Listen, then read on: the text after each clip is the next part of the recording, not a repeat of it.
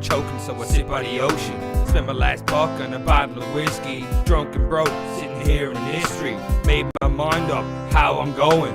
Got nowhere to go, don't know where I'm going. But I do know one thing that is true. No matter where I go, I'm gonna need you. We just can't let each other go now. We're too close to ever slow down. The only one that keeps my chin up. When you touch my lips, we're like two dogs stuck. Cold, COVID, don't you ever worry. I am right here. I could never live without you. You don't care what I amount to. I'll pick you up, take you home. Sit on the couch, turn off the phone. Love your taste, love your smell. Who would have thought that we could do so well? Hell, I guess we're meant for each other. Sort of like the microphone and my buddy Bruce Buffer. Can't really express my joy. It's like a scrap between Osgood and Paddy Roy. Can't take my eyes off you. Went to rehab, thought I lost you. Now we're back together with a vengeance. It must be my little Irish descendants. Feels pretty good to get this off my chest. Even though people saying Donnie's obsessed. Maybe I am. Maybe they're right. All I know is one thing, it was love at first sight. Cold, COVID, don't you ever worry. I am right here. I can never live without you. You don't care what I amount to.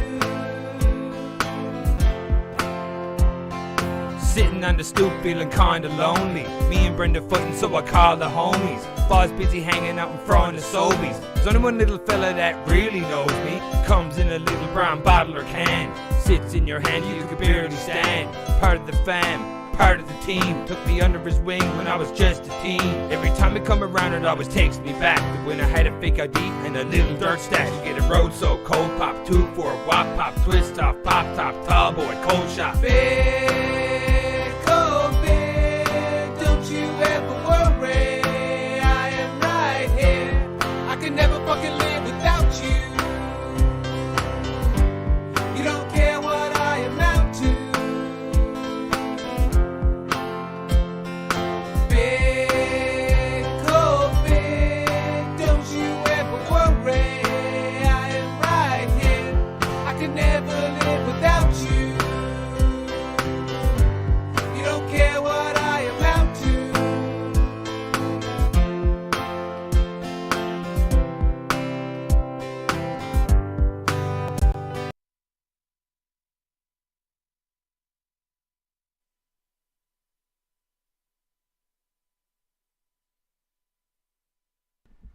Work. Ooh, is it working? Looks like it's working.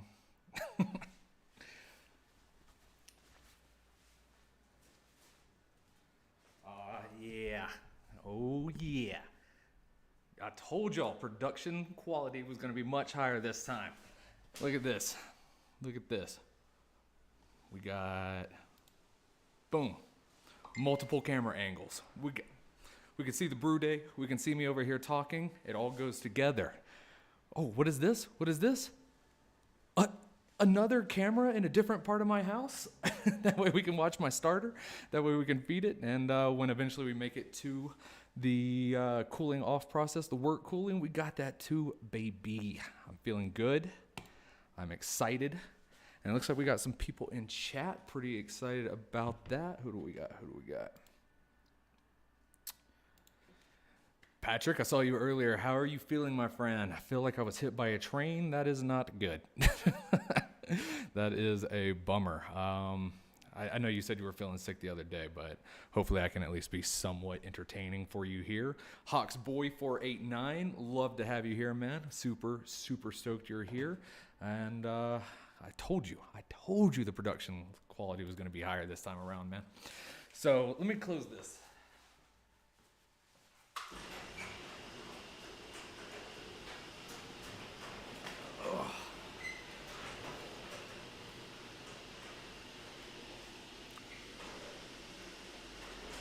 God, this is what's going to be so miserable about this stream, is that the way I can set it up to where the lighting is good and everything. The door has to be shut, so it is going to be hot because we are over 100 degrees here in Arizona right now, and no signs of rain. So pretty bummed out about that.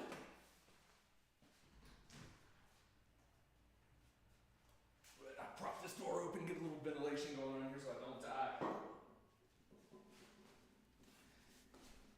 Okay, but here's what I'm so stoked about. So last time we did this stream where we were brewing a Crystale. Actually, there's a lot of things I'm excited about. One, we got the multiple camera angles as I'm talking about, and you can see I have multiple microphones going on. So the chances of stream actually crashing are incredibly low. Because last time I was like tripping over wires, ripping them out. It was just a mess. So fortunately, we don't got that issue going on anymore. But how is my audio sounding? Hopefully it's all right. But, all right. Your volume is low. That's not good. All right, let's bump it.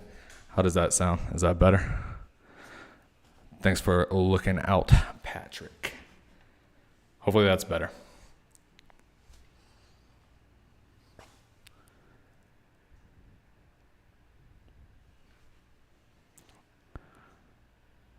There's a huge delay between the actual, like, when the text comes in versus when I respond to it.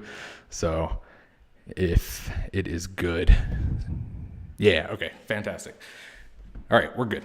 So, I got derailed. All right, so let's see if I can pull this off. Boom. Let's hide you. Boom. Let's pop this open. Okay, so basically what was happening last time that we brewed was we were trying to brew a Crystale. And a Crystale is essentially a beer that has a shit ton of crystal malts in it. And crystal malts are a malt that has a lot of caramelized, highly, like, very complex sugar chains.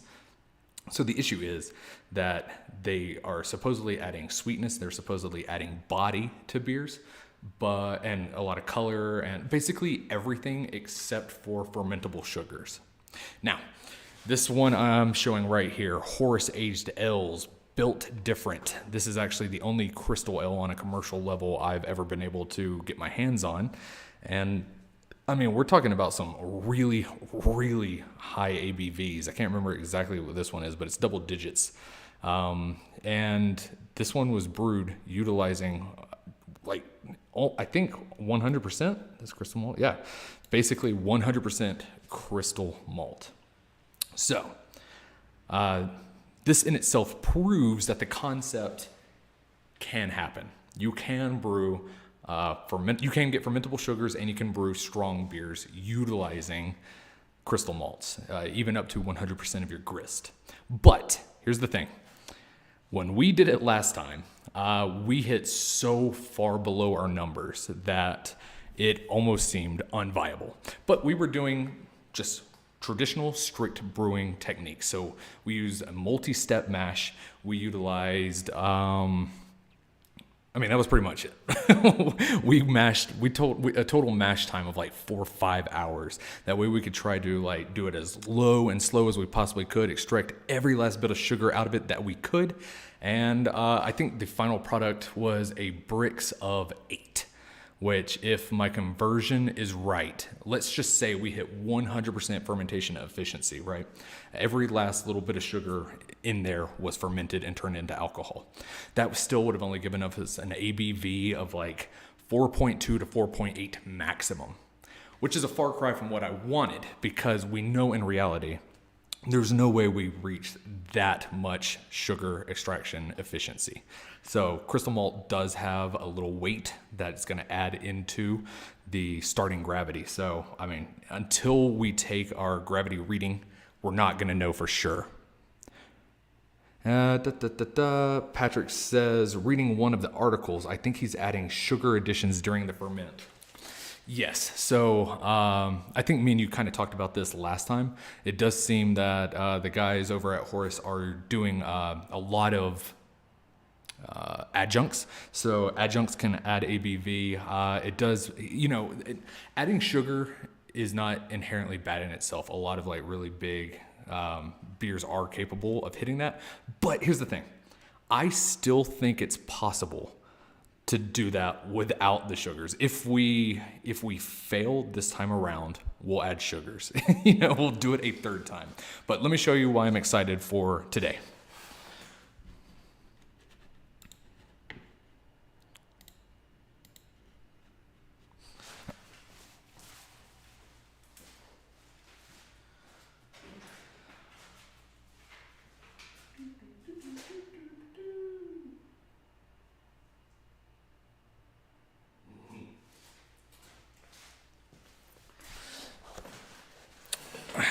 All right, so the concept we're going to be doing here today is there are enzymes that you can add to mashes that it helps break down harder to break down, more complex sugar chains. So even if you were brewing with some type of really complex sugar, in theory, you could be able to break it down with one or maybe both of these two enzymes. And this is the alpha amylase enzyme, and this one, it's beta amylase enzyme, but it also goes by the name of glucoamylase enzyme. So last time that we did this mash process, it was the first brew I've ever done where we split it up this way, but we split up the mash, the sac rest between an alpha sac and then a beta sac, vice versa. So we're going to do that same thing today. Now, that way we can keep the experiment running true and pure and as good as it's supposed to be able to. I've already saved us some time, and I've already went through a lot of the rests that we did on the way up to our sac mash. So we are currently sitting here at the perfect target temperature for the beta amylase enzyme. So let's go ahead and switch the computer back on one more again. And let's get over here. All right, so beta amylase enzyme. Essentially, as you can see, it is the other mash enzyme capable of degrading starch. So it helps break down sugar chains, it helps break down more complex starches to turn into sugars, things of that nature. Its target temperature is about 149 at the maximum and about 131. We are currently sitting at 140. Right on the dot. So what I think we're going to do here, I think the best way to go about this is maybe we're going to lift the grain basket up and maybe do like a real quick like circulation little sparge process going on, and during one of those I will add the enzyme to it so that way it can like get circulated into the mash, and then we just have to like wait a full hour. But we can talk more about the beta amylase enzyme, while we're waiting for that hour to pass. So let's go ahead and flip this on. Boop. Bing. Gorgy.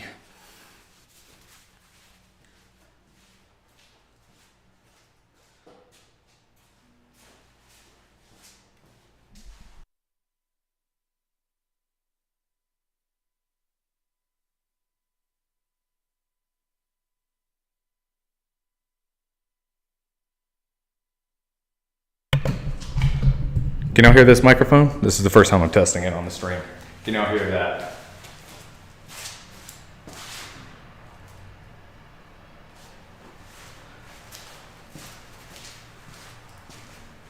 Testing the other microphone. Can y'all hear it? Does it sound good?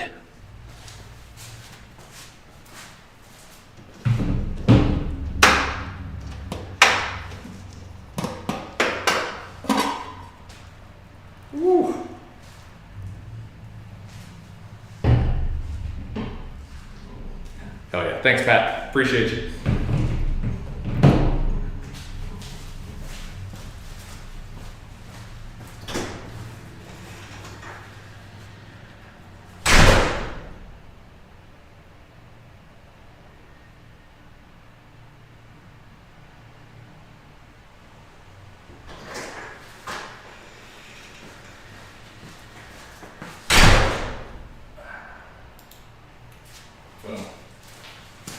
So I think the next investment I'm gonna do here is I'm actually gonna invest into a like remote switcher. That way I can do all this stuff on the fly. I don't have to keep going back to my computer. But as you can see, we've been mashing for a little bit now, and we've got some good coloration going on. It just blows my mind how strong the levy bond is on some of these crystal malts. Pretty insane. All right.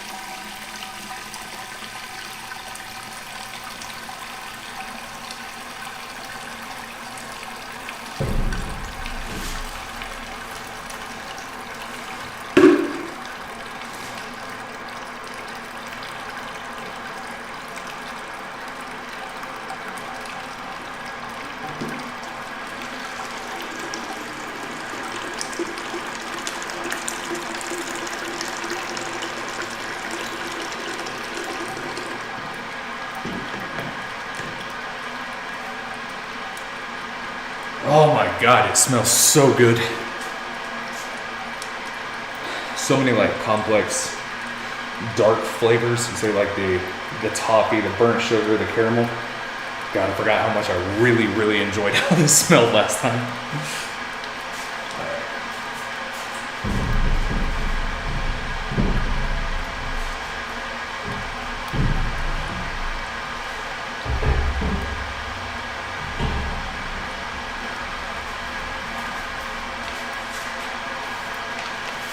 So again, like I said, I think the move here is to take the enzyme and we're gonna add it into some of the recirculation we're doing here. That way it gets back into the mash. That way we're able to hit the, we're able to maintain the right temperatures, and we're able to provide that environment for it to be able to kind of break down those sugars in the mash. So even though we didn't actually achieve this the last time we did a beta sac rest, I think, hopefully, fingers crossed, that this time it actually works.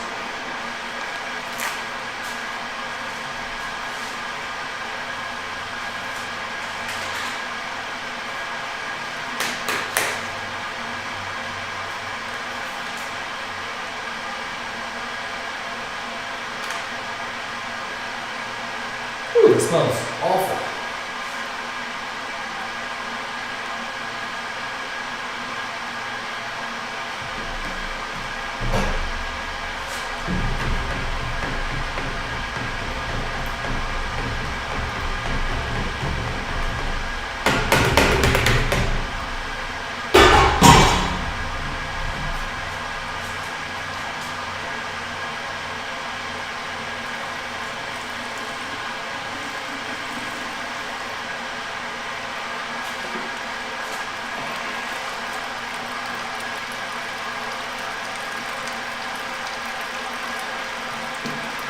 We'll just keep doing this a couple times till we run out of the entire packet.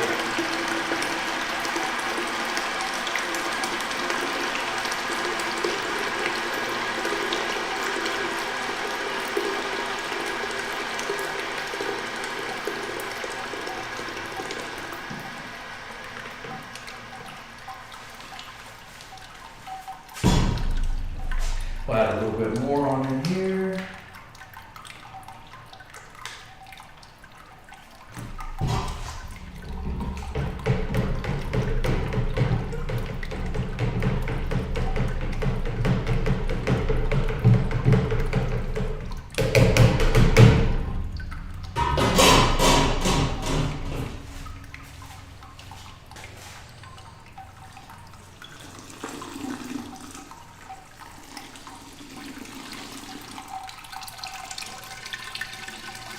One more time.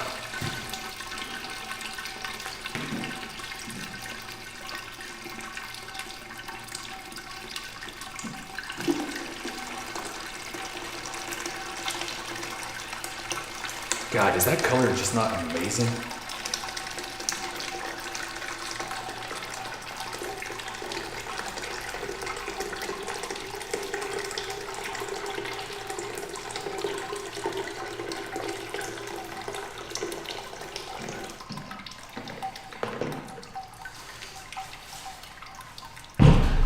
All right, this is the last of the enzyme. So get that in there.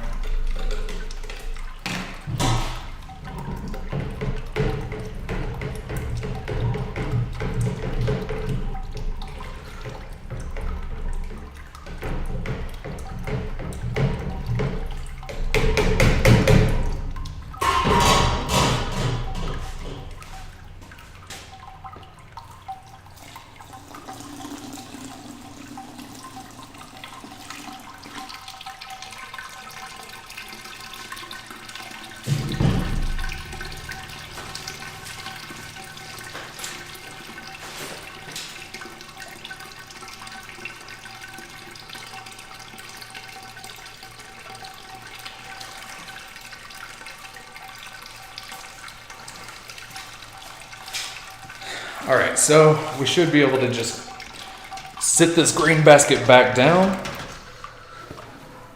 And now all the work that was infused with that enzyme should be able to get in and interact with the malt. Stir this down a little bit. There we go. Gorgy, gorgy, gorgy, gorgy.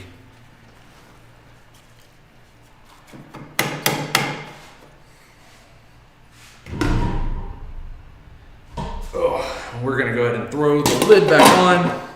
And this is the beauty of the mash and boils, that we're already sitting at our target temperature, and it will not deviate too far away from that. +5, +10, -5, -10, that's about the range.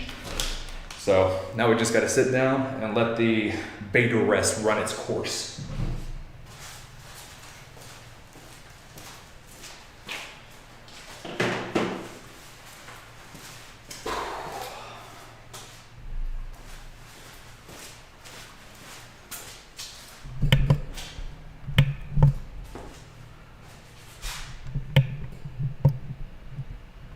Yo, mute.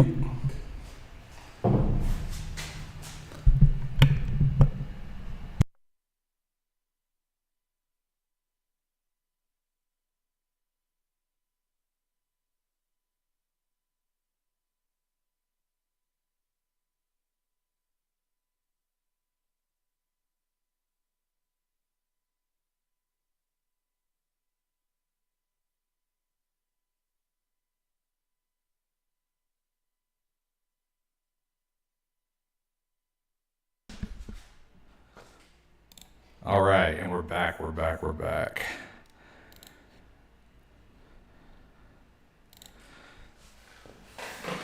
There we are. Okay, so also test one more time. How does this microphone sound? What I realized happened last time was I turned on the wrong microphone, so got to make sure that the right one is running this time around, hopefully so. But, all right. So, getting back into this beta amylase.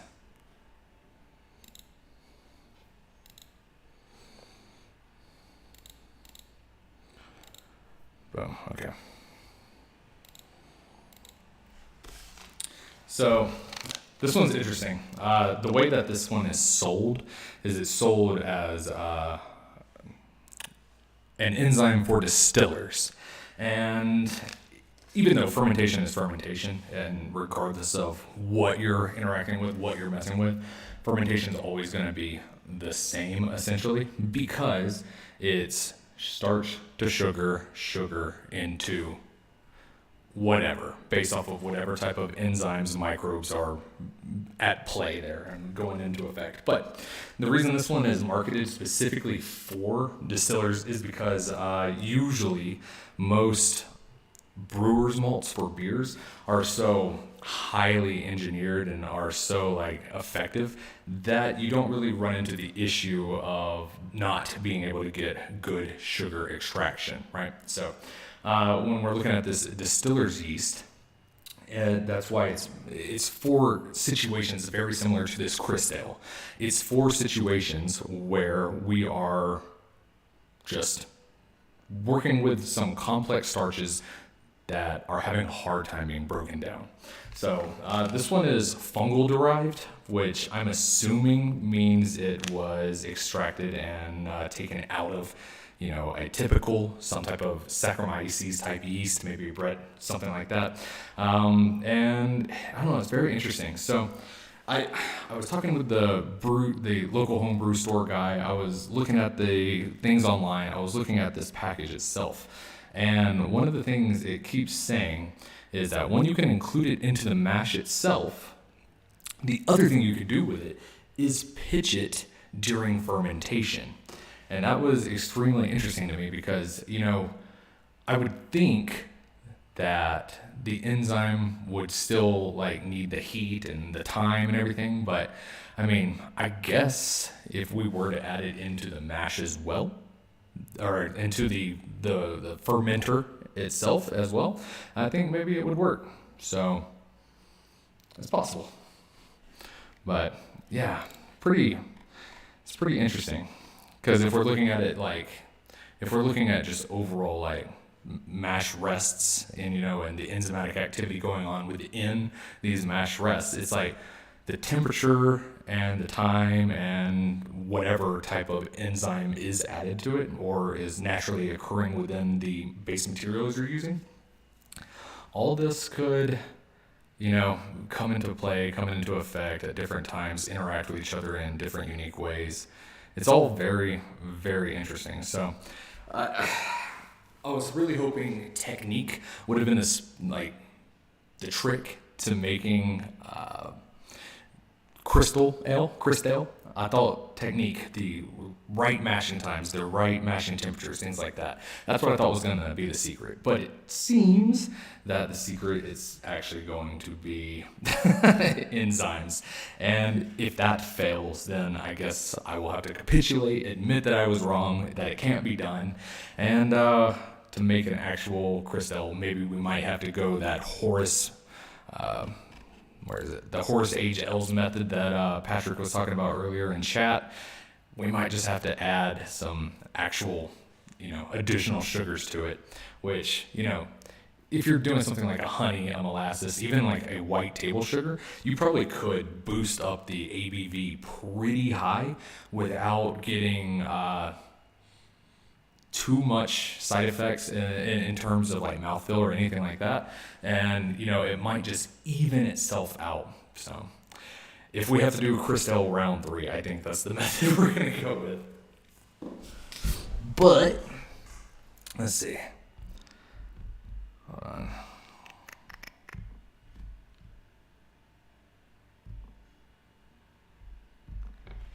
Yeah, so let's see. What I found interesting about this interview that he did, Kyle, the guy at Horace Ales, was saying that he originally wanted to brew a barley wine, just utilizing it, and he was originally going to call it a crystal wine. And I thought that was really funny, really interesting, because we're starting to see a lot of innovations into the big beer market, utilizing specific grains. So there's barley wine, of course, wheat wine. It's been around for a while, but a little bit less popular. Rye wines are starting to become much more commonplace. So I thought it'd be interesting. I love that the Crystale was originally a part of the greater. Hold on. And see, this is what I like about this setup now. So the mash and boil just automatically kicked on by itself, and because it saw that the temperature was falling too far out of it, so I like that. I just wanted to show that because I love this thing. I don't know if y'all can hear it, but it's kind of loud. Anyways. Here we go. So I've been thinking about doing something like this for a long time. Just I don't know if any of you brewers out there just like to come up with some weird kooky concoctions every now and then, but I was I really wanted to brew an oat wine, just 100% as much rolled oats, flaked oats, all that stuff, just see what I could pump out of there. And because I love how oats interact in the mouthfeel, but that might be a little too intense. Anyways, So yeah, I still haven't drank this Crystale. I'm waiting to finish all my research, before I go in and review it, do the video for the main channel, or not the live stream. But yeah, look, I mean, that's crazy. So it finished at 14 Play-Doh. Let's see. Play-Doh to bricks.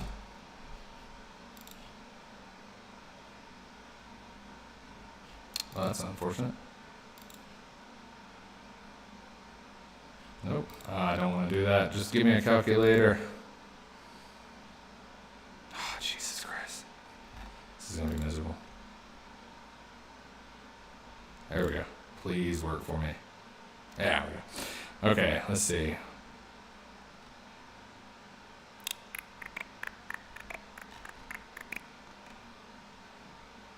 Damn. Still not going to be what I wanted. Oh, well, I can show you all this. No.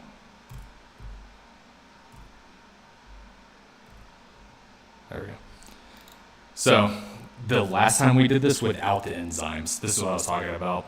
So, very, very, very low starting gravity, very, very low potential alcohol, and, heavy emphasis on heavy emphasis on the potential there, because there's just absolutely no way we're going to be hitting it where we need it to.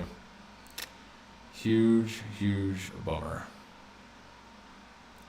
But I have faith. I have faith that this time we're going to be able to knock it out of the park using both the beta and the alpha amylase enzymes. But yeah, I don't know. This is like a weird conversation and debate I've been having the entire time I've been homebrewing, which is like 10 years almost, maybe longer. Yeah. And I'm always like, Crystal malt can do all this and this, and everyone hates on it. So when I came across the Crystale concept, I was just obsessed with it.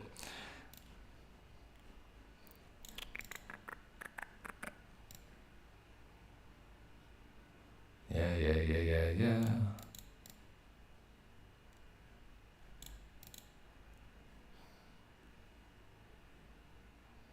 Yeah, this is crazy. Sometimes I don't even recommend doing like full-on mashes with it, just steeping with the crystal malts. Not me. We're gonna make a crystal wine if it kills me. Oh, and this is actually pretty interesting. So because I'm gonna have the two different versions, I'm gonna split up. I'm gonna bottle about half of each version, and then I think the best thing to do from there would. Whoa! Brain blast! Jimmy Neutron style brain blast. Okay, hear me out. What do you think about this? We bottle half of batch 1. We bottle half of batch 2, the enzyme edition. We then combined both of them into a single vessel, so that should still equate to about 5 gallons. And from there, we can do the sugar additions, and we can just enter it into like a forced secondary fermentation process, just by adding like honey, molasses, some type of simple, easy breakdown sugars to reinvigorate, re-engage, restart the fermentation process.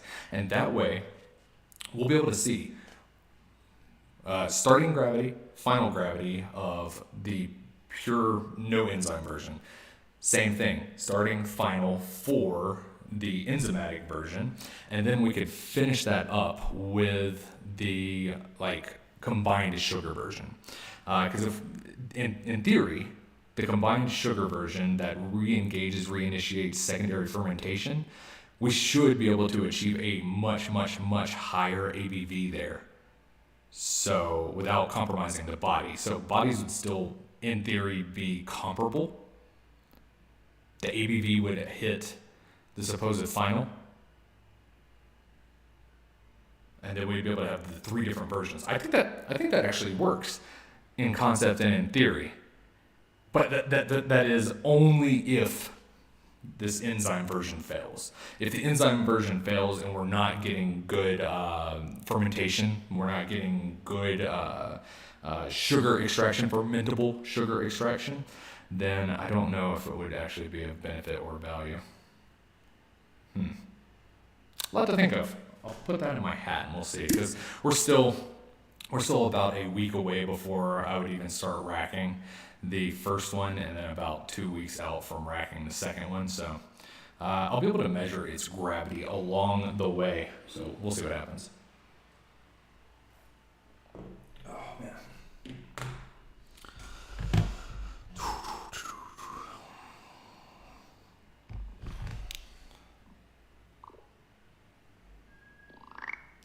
Let's see. I'm at a little disadvantage today. I'm on call at work, so I'm really hoping I don't have to end this stream early so I can go do that. But let's see.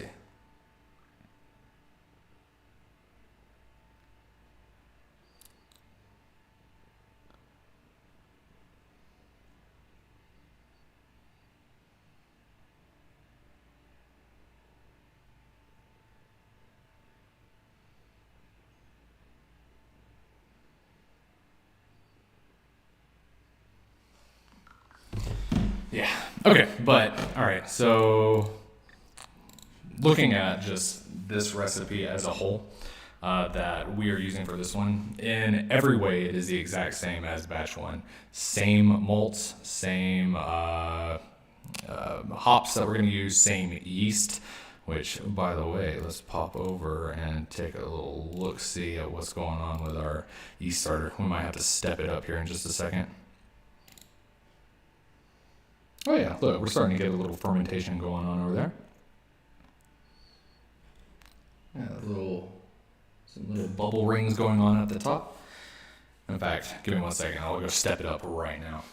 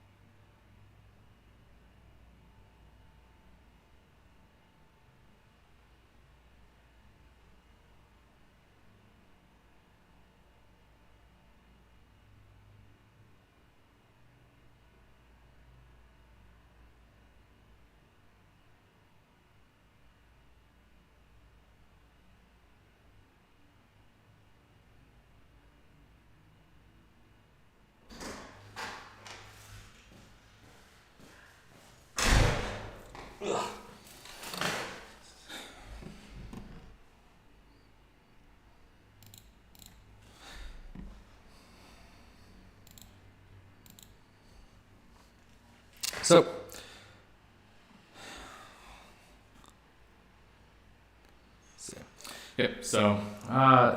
again, like I was saying, everything's going to be the exact same. We're going to be utilizing the same exact malt bill, same exact grain bill. It was broken down between, okay, so it's a wheat beer but a Crystale. It's a Crystale wheat beer. So 2 different things that need to be hit there. We are talking about at least 90% crystal malt derived grist, but also for it to be a wheat beer, a wheat focused beer, it's also got to be 50% wheat, at least. So for this, we're working with 4 pounds of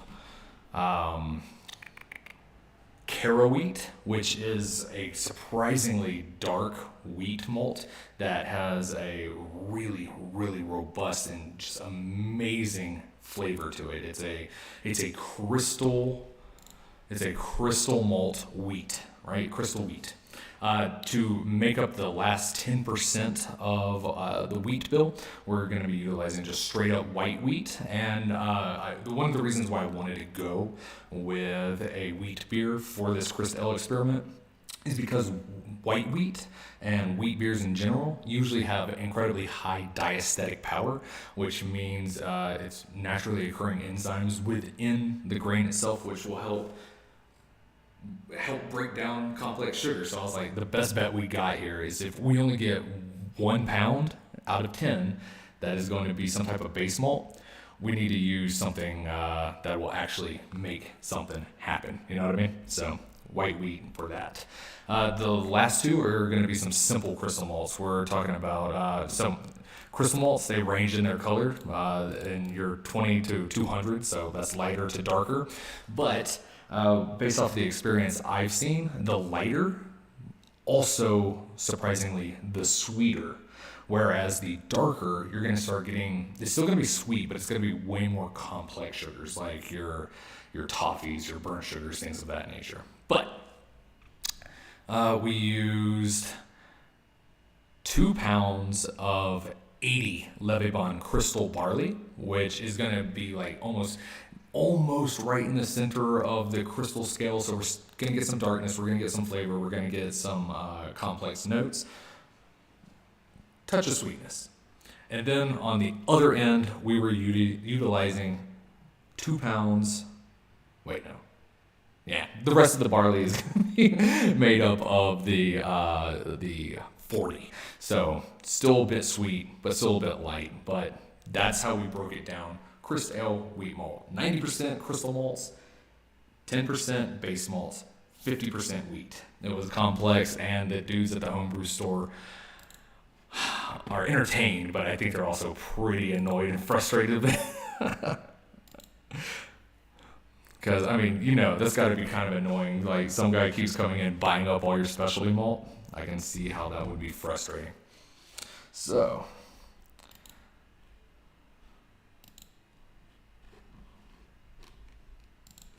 let's see.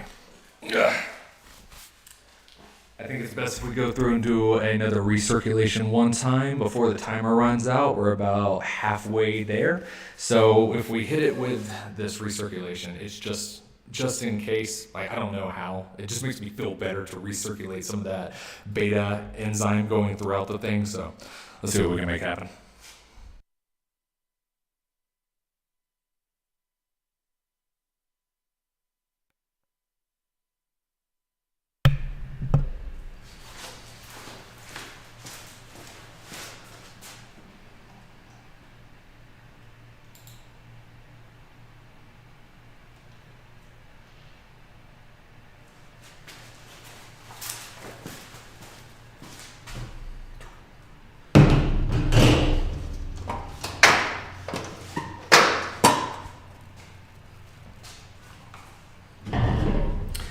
And I don't think we're going to need to lift the grain basket up again on this one. It's just going to be a matter of getting the actual wort itself just moving around in there.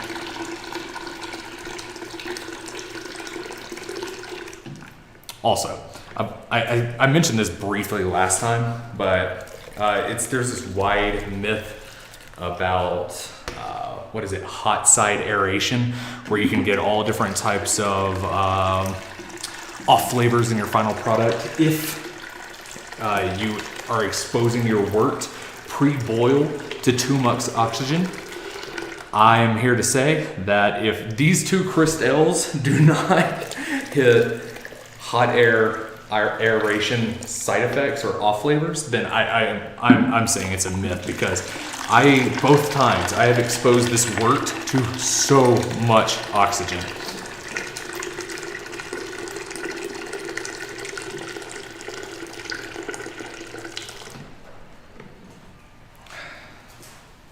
Look at that.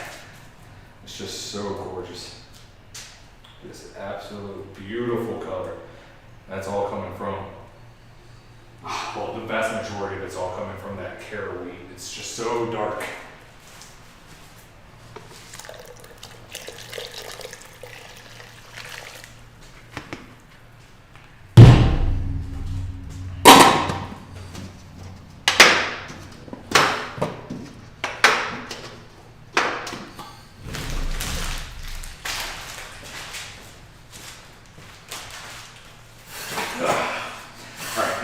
Finally do make it into the actual boiling part. Last time we used 3 ounces of EKG at 60 minutes, 30 minutes, and flame out. We're gonna do the exact same thing here, because even though what we're going for is a far cry from what it actually is, we are still aiming to make something that is barley wine-esque.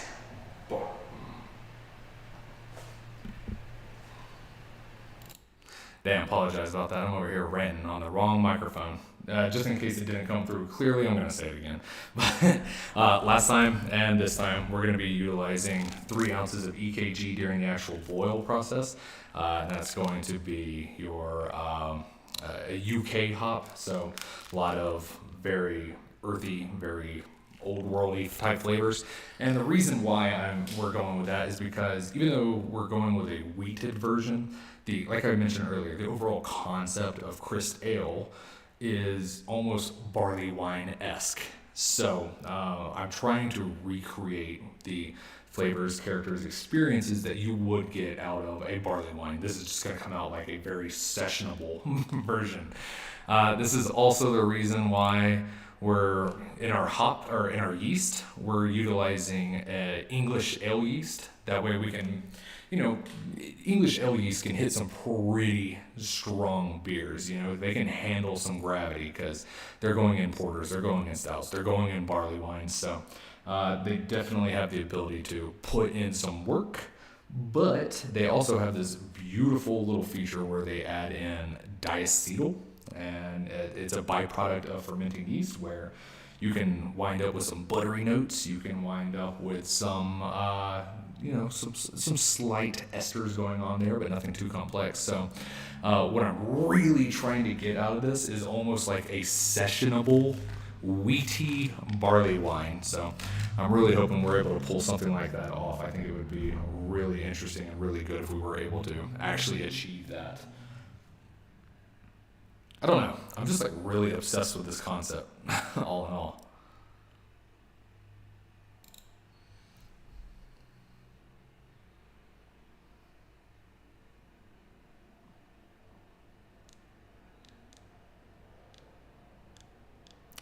Did stream die?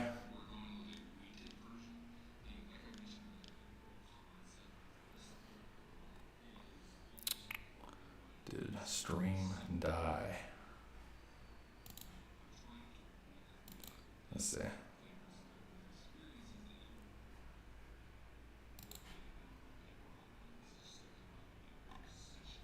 Oh, dang. Okay. All right. Oops. I skipped a bunch of, I didn't see all the chats coming in. All right. Patrick Sandy says, the Belgians approve of this message. I'm not going to lie. I don't even remember what I was saying there, but based off of my experience in Belgium, if they approve of any type of beer I make, I am happy to hear that. He also says, blending sounds fun. Man, I'm really, really hoping that,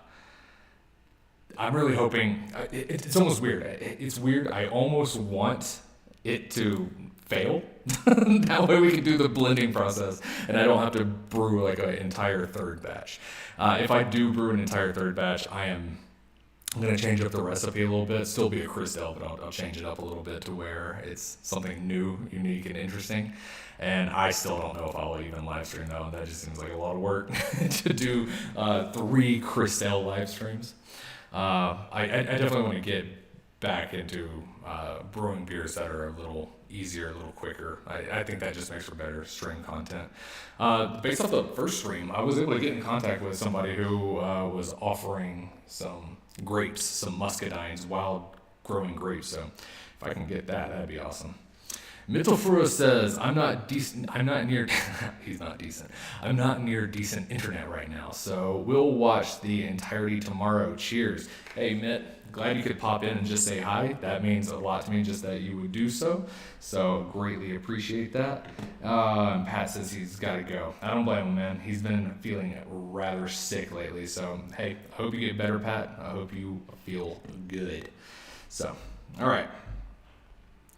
We are coming up at the end of the beta fermentation. So the beta sac, where we were using the beta glucose, the distiller's enzyme. So let's go ahead and pop back on over here. And we will go ahead and we will start prepping and priming up for the alpha amylase enzyme. So I had to do a lot of research on this based off of the feedback they gave me last time, which was splitting. I'd never done a split sac mash, which is a sac mash or a sac rest is where you're keeping the temperature at a steady place where you're going to see the absolute most enzymatic activity breaking down the complex sugar chains into, easily digestible, easily fermentable ones. And beta amylase and alpha amylase, 2 different primary enzymes active in sac mashes or sac rests, they react at different temperatures. So you kind of want to build up to it if you want to get the maximum efficiency, the maximum conversion. So what we just did with the beta amylase is we saw it go through, and in theory it should be breaking down really complex chains of starch and being able to make it easier to digest for yeast. And over here on the alpha amylase, we're going to see it break down large, complex, insoluble starch molecules into smaller molecules. So even though the beta amylase is going to be going through, them working together, and because our alpha is not going to exceed the maximum temperature of the beta, we should be fine, because I'm only going to bump it up a few degrees, and that way we're able to ride that pony right in the middle of both of them. That way we're seeing the maximum efficiency. So I am going to be hitting at the upper echelon of the beta temperature threshold, which will also put us like right there at the lowest point of the alpha. So that's the theory, that's the plan, that's the strategy. Let's see if we can make that a reality. You know what I'm saying? For some reason, my chat has stopped updating. Why? There we go. Oh, Pat was saying see it emit. Okay, I got you. For some reason, my chat just completely froze up. All right, anyways. Well, glad you're still here, Pat. All right, let me go get the portable camera one time. That way we can do it again, because I think the best way to go about it is exactly how we did it last time, right? So, and by that I mean we're going to lift the basket again. We're going to do a circulation. We're going to add the enzyme bit by bit, a half teaspoon per 5 gallons. So not a whole lot, but that way it will circulate in, be able to get better incorporated with the grains. And in theory, we should be able to ride that perfect threshold like I was mentioning, and hopefully we'll be able to get much better extraction this time around. So let's go ahead and make this a reality.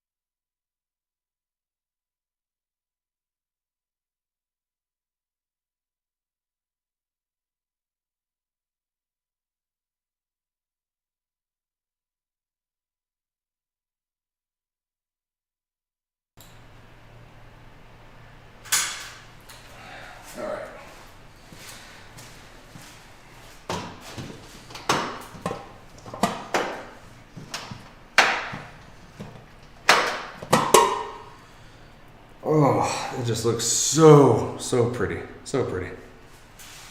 Let's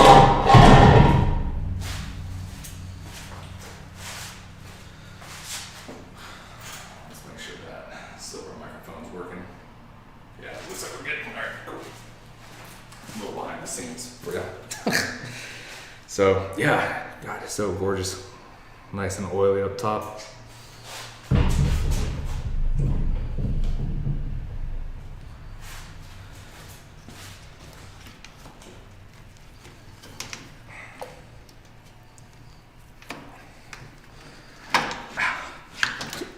Oh my God, so heavy.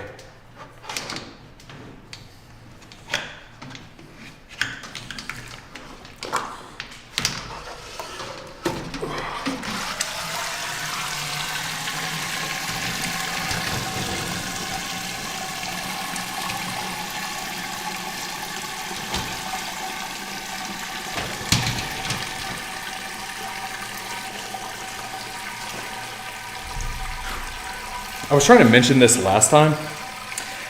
If there was one thing I would change about the mash and boil, well, there's multiple things, but one of the big things is I really hate how the grand basket rests, because if you're going to be doing your sparging and things of that nature, you are really dependent on it being able to maintain its balance. So I've dropped that sucker more times than I wish to admit, but all right. Looks like we got it drained out a little bit, so let's go ahead and fill this sucker up with some wort.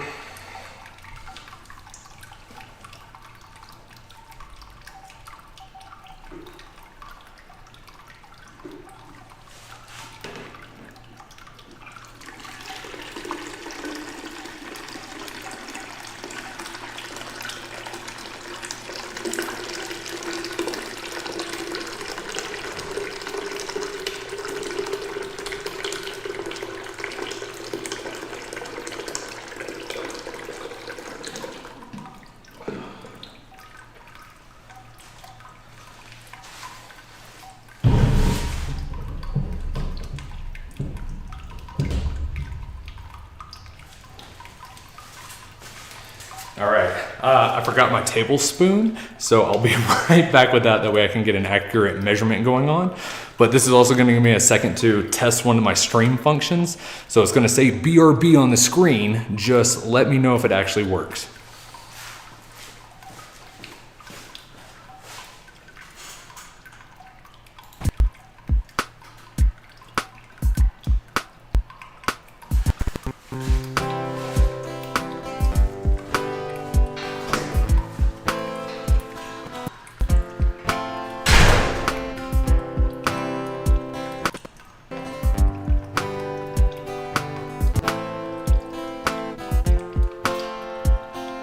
Kinda get broken, comes to emotion. Makes me start choking, so I sit by the ocean. Spend buck on a bottle of whiskey.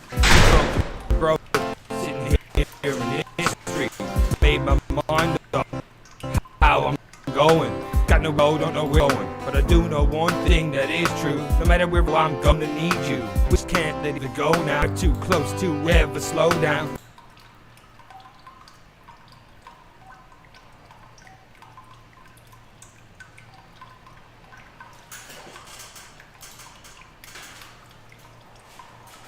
Did that work?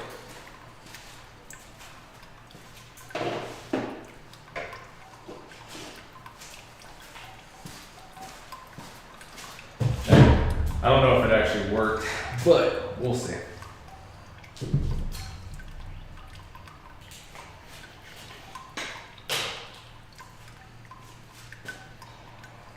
All right.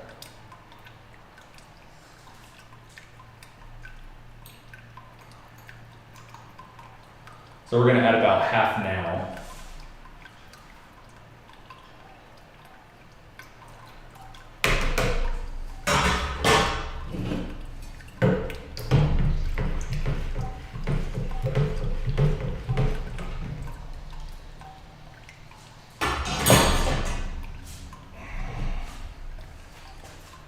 Add this in.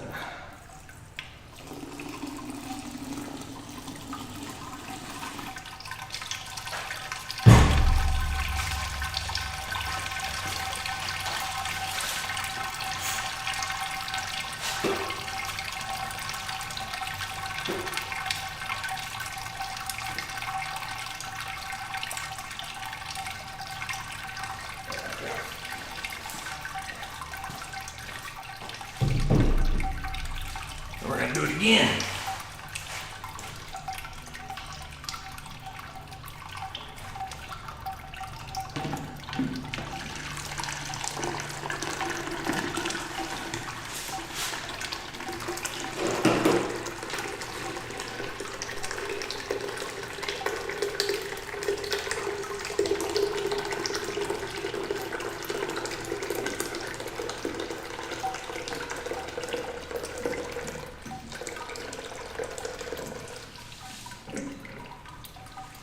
So, based on my screen feedback, it looks like the portable camera maybe is freezing. I can't tell if that's the case or not.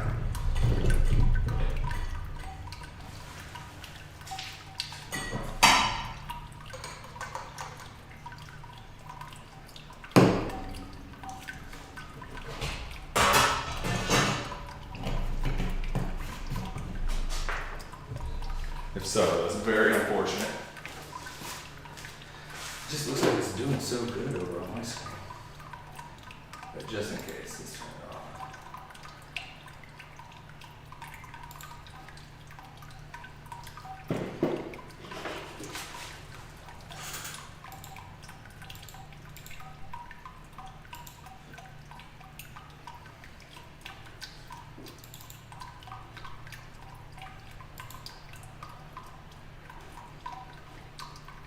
There we go. Okay, we're back.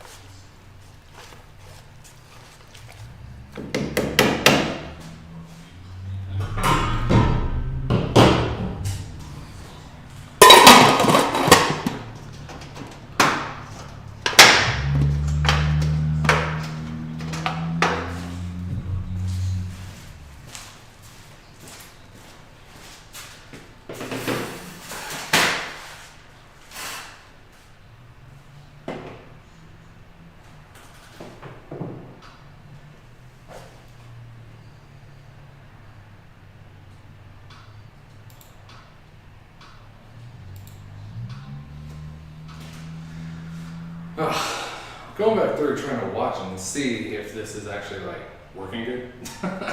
Again, I know there's probably going to be some learning curves and some learning technique issues that I'm going to be experiencing as I'm trying to go through this. But one of the things that's I'm really kind of hung up on right now is why will Pat says it's working.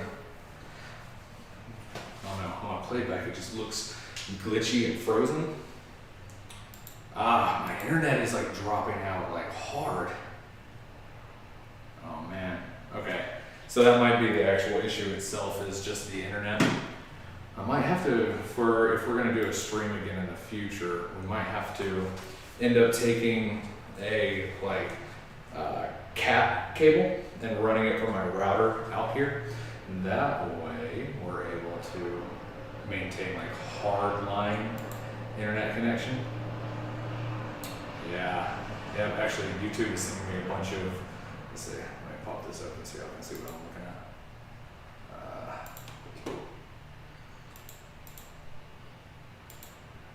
at. Yeah, YouTube's sending me notifications that my stream status is poor because of the internet.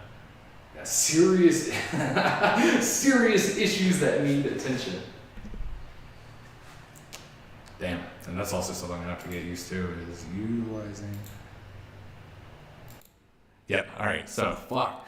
Sorry y'all. Still some learning curves I'm gonna have on my part on the whole streaming front, but let's see. All right microphone's working this time. So in case y'all couldn't hear me because I was talking to a microphone like 20 feet away, I think the issue with the playback is just, yep, crap, they just keep on coming in too. I'm just having some poor internet connection going on right now. Looks like, looks like it maybe it's coming back up, but poor error. YouTube's not receiving enough to maintain stream. Bit rate's dropping super low. Error, you know. Okay, so hopefully this smooths out a little bit, and hopefully we don't have this issue anymore.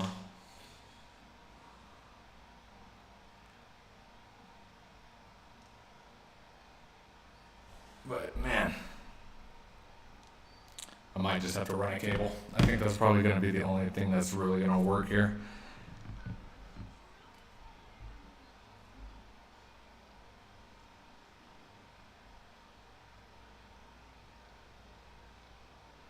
Oh, were you talking about adding sugars a long time ago? I think that's what you're talking about, Pat. Let's see.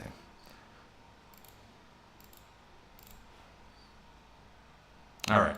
I think we're gonna be good. I think it's gonna be okay. And if it's not, that's just gonna be a huge bummer. So, oh well. So, all right, we got the alpha amylase added into it. We got the beta amylase added into it. The only thing I need to do is adjust the temperature on the mash and boil, and then we can actually like get through this mashing process and directly into the boil.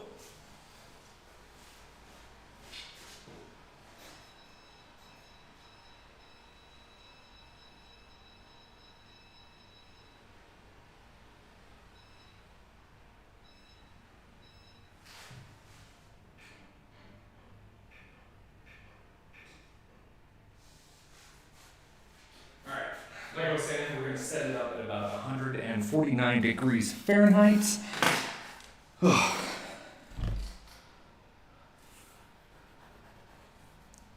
right, Pat says, yeah, you were freezing and one of us keeps buffering. Yeah, sorry, man. That's very annoying on all of y'all's fronts. I'm sure it's very annoying on mine. I'm going to disconnect and reconnect my portable. That way, maybe it'll work. Let's see.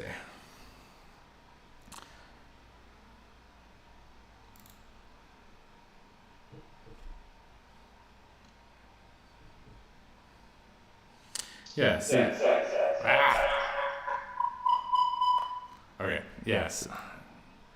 Yeah, it's not gonna help if y'all can't see my screen, but or if y'all can't see it in the quality I can. But when I turn on the camera, the portable one, it works perfectly. It's so smooth. It looks great. But then when I go and look and actually see what's going on the stream itself, it's just so terrible. But it might not even be the phone, because I'm catching up to the part of the stream where it's showing the actual webcam, and it looks like that part's glitching too. So yeah, I think it's just an internet issue. I'm sorry. Not much I'm really going to be able to do about that one right now, so I apologize, y'all. That is a big my bad. But one of these days, I promise, I will be a good and proficient streamer. But we'll get there, step by step. Anyways, what am I over here talking about? What am I trying to say? All right, we did the alpha, we did the beta, we adjusted the temperature to the point where we're going to be writing that perfect threshold temperature between the two. So let's just see what happens.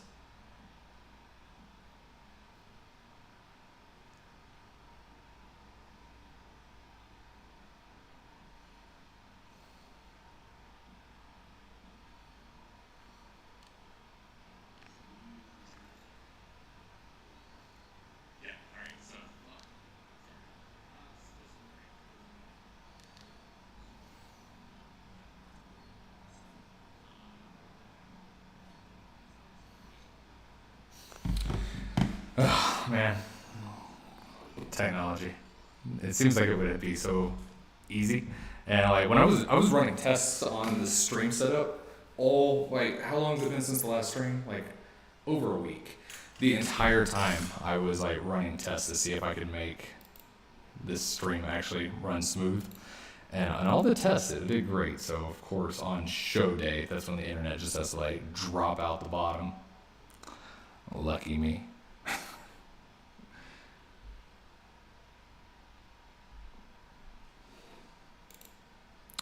I wish there was just a way to refresh stream just like as a whole.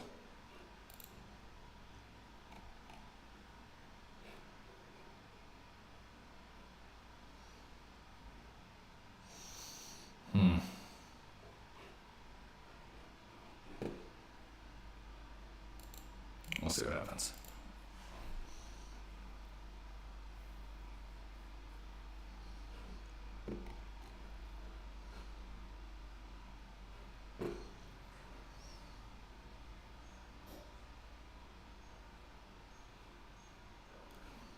Out in the firelight, I wake up from a slumber and she greets me with a smile and feeds me all the loving she has saved for me the while.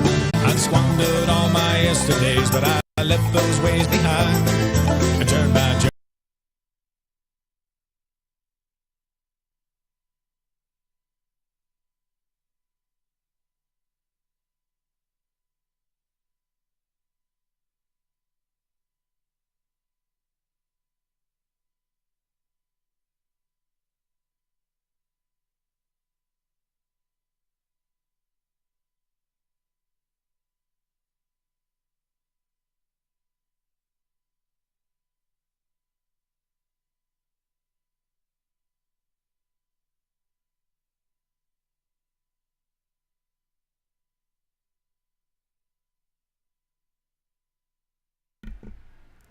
And of course, the entire time. That probably looked insane to y'all.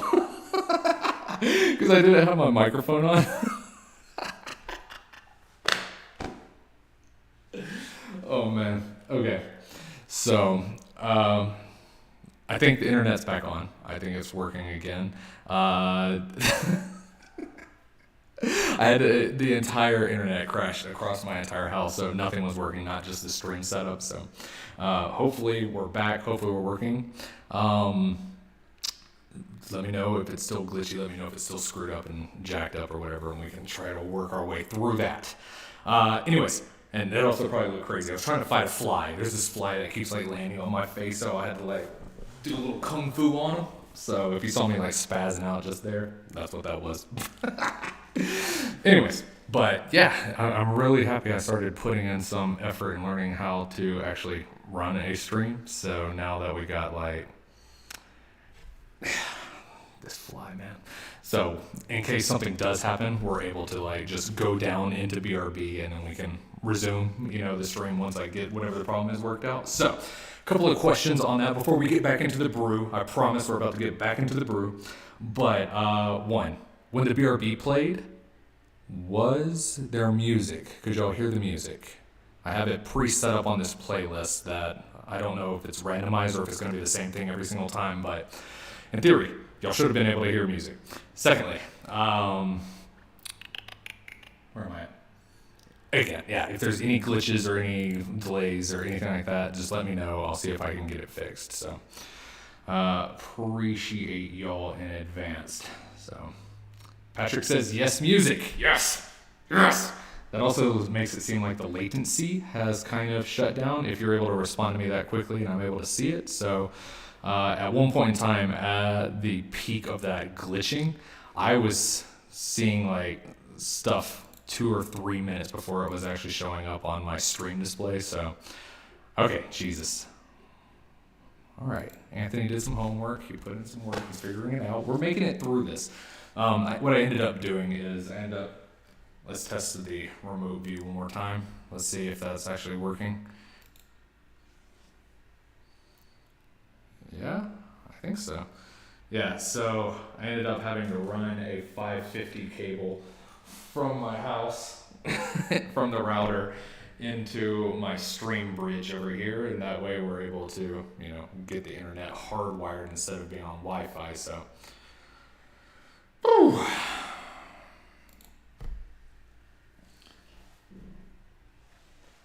Okay, see, dang, that's what. All right, on this stream playback, it still looks like the remote one is glitchy. Dang, I might just have to. Before we get back into it, I'm gonna do an entire reboot on just the remote one, because there's so much like great footage I want for the actual mainline video that I need the remote stuff to work. Otherwise, it's just going to be a nightmare for me on the editing front. So, let's see.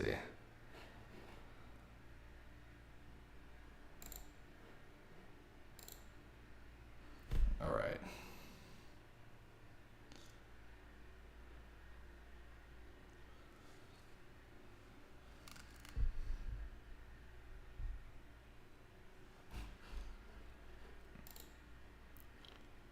And if I go into my streaming software, I should be able to, let's see, remove old phone webcam. Let's add, and we're going to get this from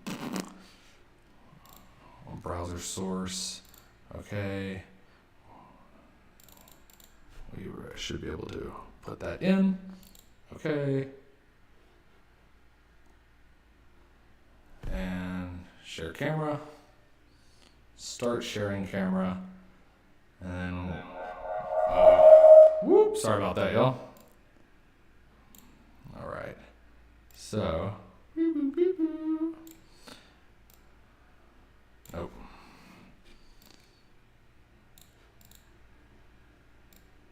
Nope. Nope. Why is this not working? Grab the one I want. All right, there we go.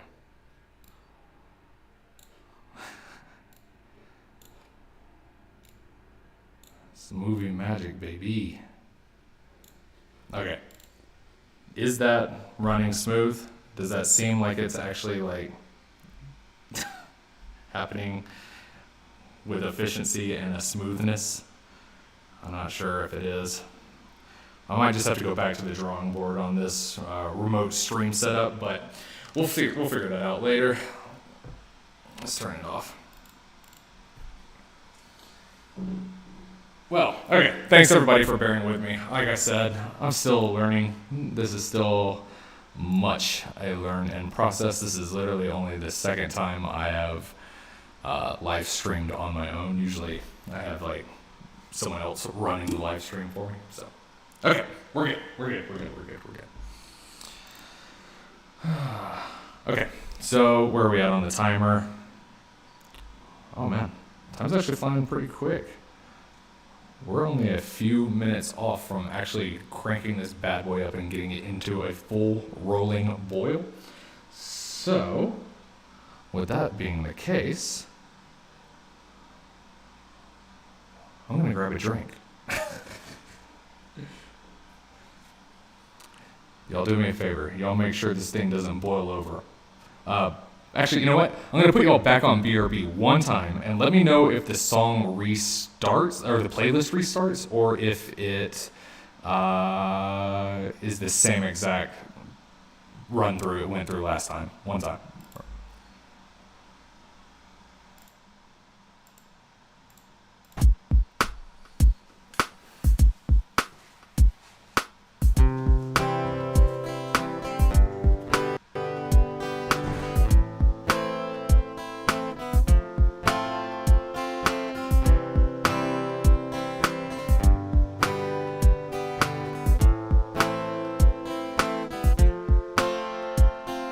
Kinda get broken when it comes to emotion.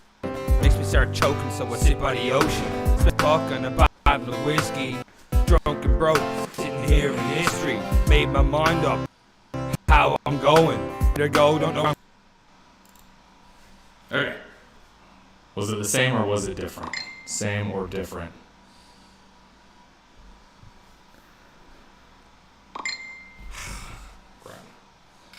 Work is driving me crazy as always.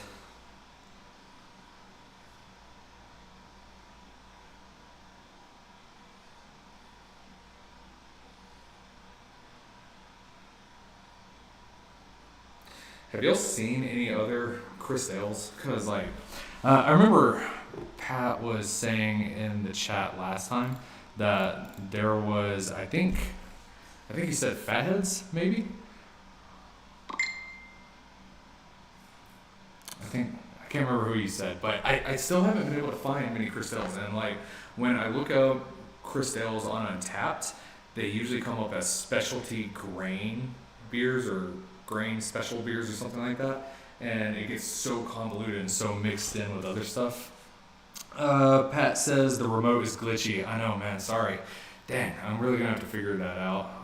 Because I want to be able to be dynamic in my movements here, and I want to be able to like show crap and stuff, like what's going on in the actual. I want to get like Gonzo journalist style up in it if I was just like I would if I was recording one of my actual like YouTube videos. Because I want y'all to be able to get in the nitty gritty, actually see what's going on, but it's just not worth it if I'm going to be losing footage and losing stuff like that. So I'm going to have to figure something out. I'm sure there's something I can do, but okay. Let me respond to this work message real quick, and then I will be back in it.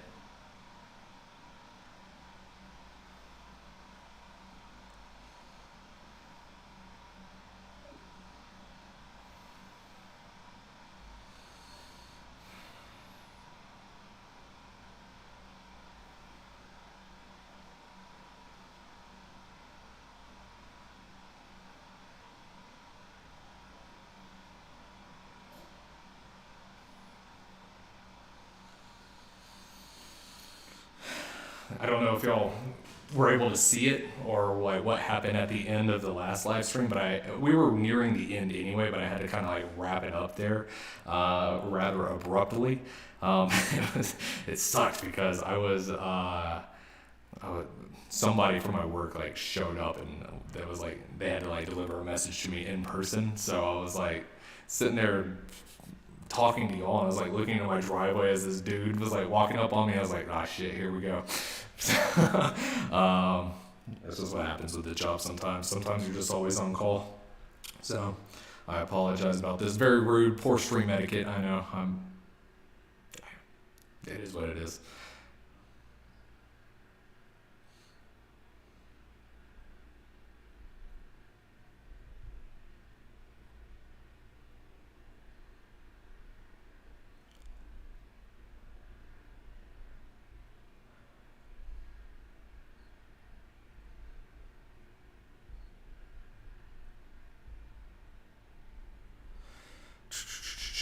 All right, there we go.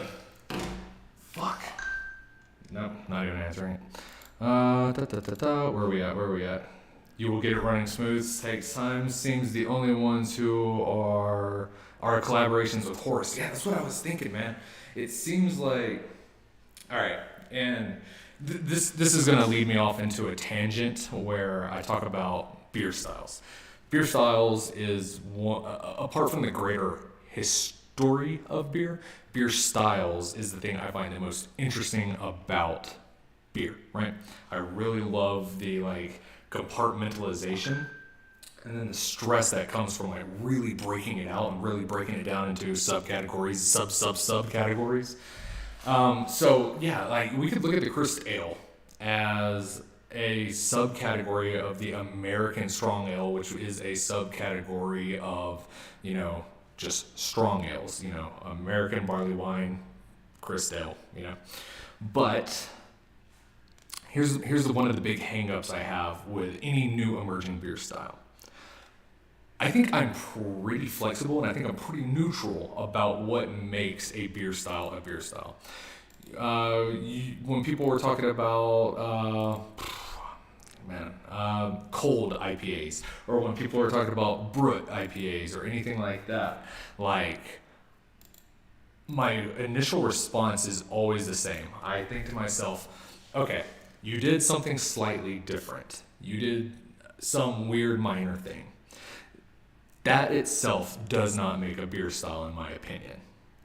But if you're able to get people to replicate it, if you get people to do it over and over and over again, if it becomes, it doesn't have to be commonplace to the point where anybody in the beer community knows it. There's long-standing historical traditional beer styles that people have completely forgotten about, who have just like been lost to time essentially. I don't think that invalidates it just because people aren't doing it in regularity, but anything new emerging without a historical precedence, I think the biggest factor for whether or not it should be considered a real beer style is if it has repetition, if it has other people accepting it, adopting it into their brewing, into why can't I think of the words right now? The zeitgeist of the beer community. You know what I mean? So at first I hated the cold IPA because it just sounded like a really bad India Pale Lager. But okay, there is an argument to be made that they did something different. There is an argument to be made that a new process, a new technique, a new whatever, right? Same feelings I have for the Italian Pilsner. At first I was like, this is dumb. This is just a dry hopped Pilsner, so on and so forth. But it's when you take a technique, you do something funky, you do something weird, and that doesn't have to be a beer style itself. But as soon as the rest of the community really adopts it, really incorporates it, that's when we're looking at it being, I think, incorporated as a beer style. So when I say all that, I go on this huge rant to circle back around to what Banty was saying. When you do a beer like this, is it new? Is it interesting? Is it a new, different technique? I would say yes for the Crystales. But it seems like it's missing the core component of my argument being repetition, because like he said, it seems the only ones who are doing Crystales are in collaboration with Horace, who is the one spearheading the movement itself. Hard to tell. So I don't know if it truly meets the threshold, if it truly meets the criteria, but man, Cox internet is really screwing with me today. It just said my internet dropped again. I don't know if y'all can hear me, if y'all can see me. Nightmare. Anyways, we hit our timer. So it looks like it's about time to start the boil.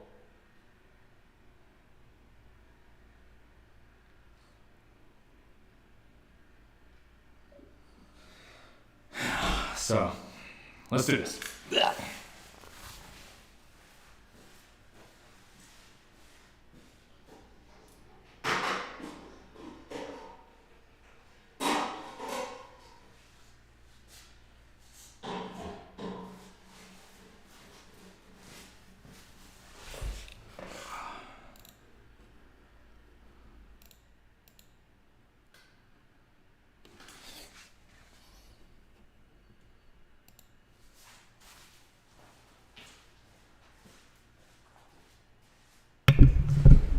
All right, so just like last time, what we're gonna do is we are going to lift the grain basket. We're gonna run through, we're gonna do some subsparging, some circulation into it.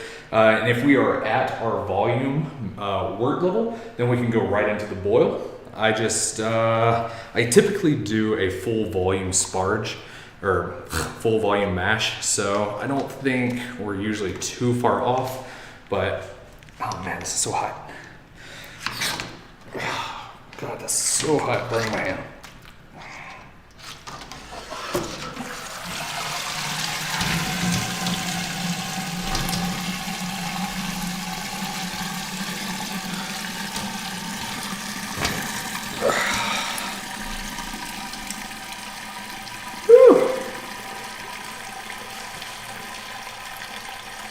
See, this would have been one of the prime opportunities able to use the remote one. That way I could show you where the fill lines were at.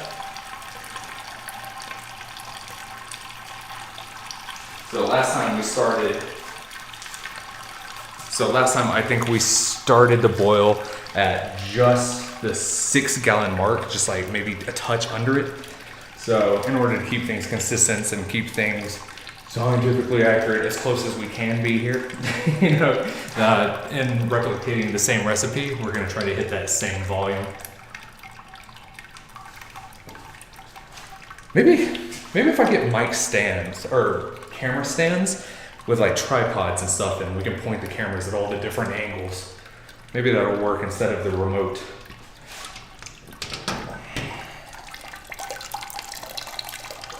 Oh yeah, baby, we're almost there. We're right on it.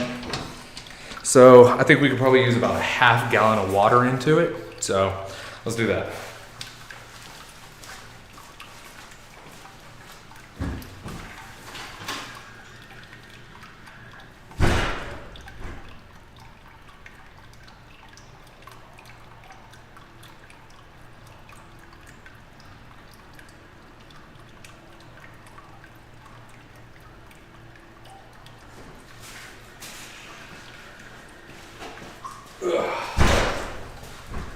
Again, we're going to be doing cold water sparging, just, you know, a lot of debates and arguments on whether or not a cold sparge works. Never had any issues.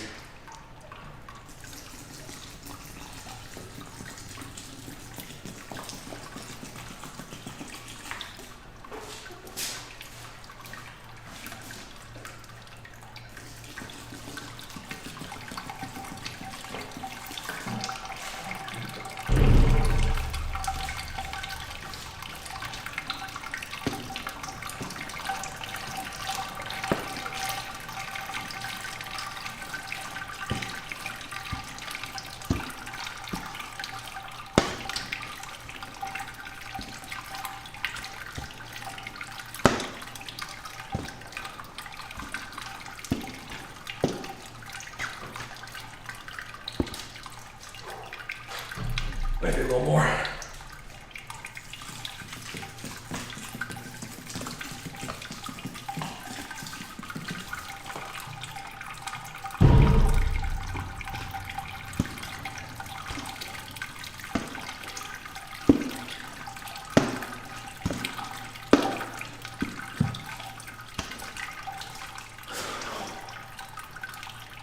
Oh yeah, we're right there.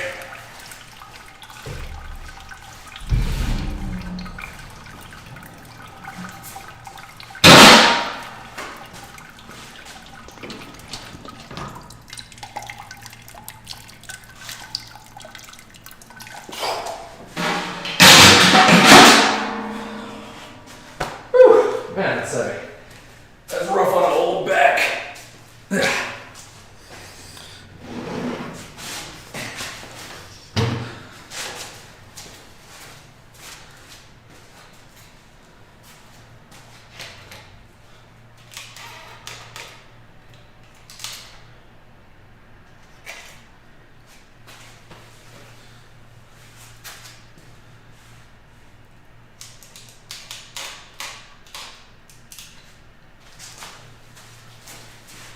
Beautiful. All right.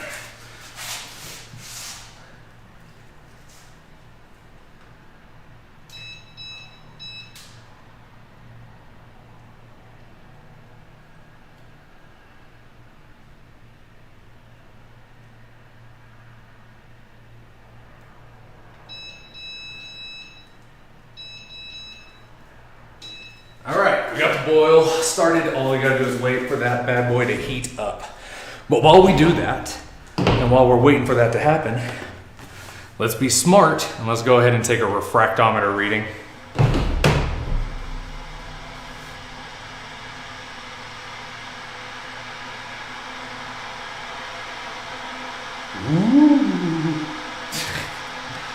All right, we got to let that cool down a little bit, and then we can run it through the refractometer, see what our gravity is at so far.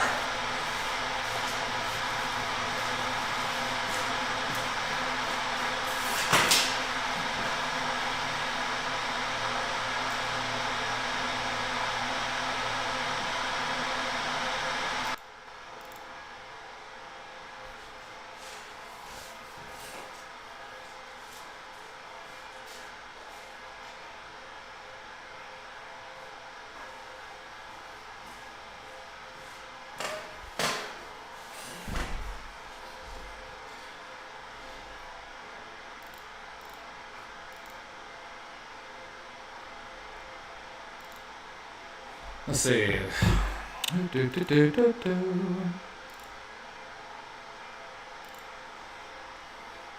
There.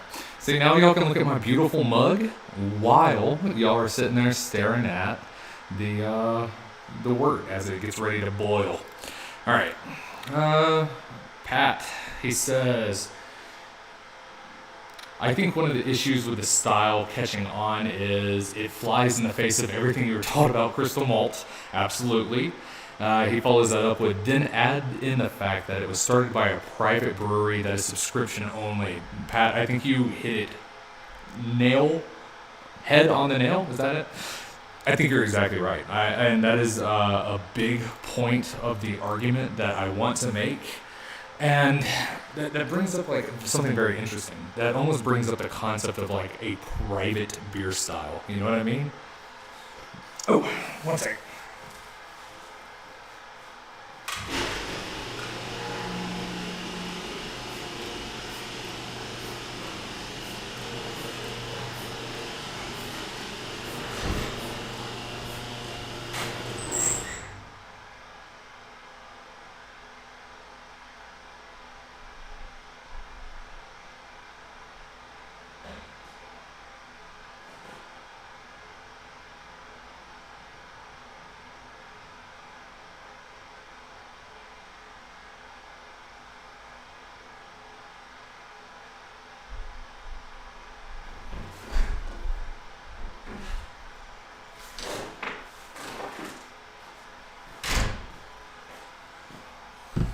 All right.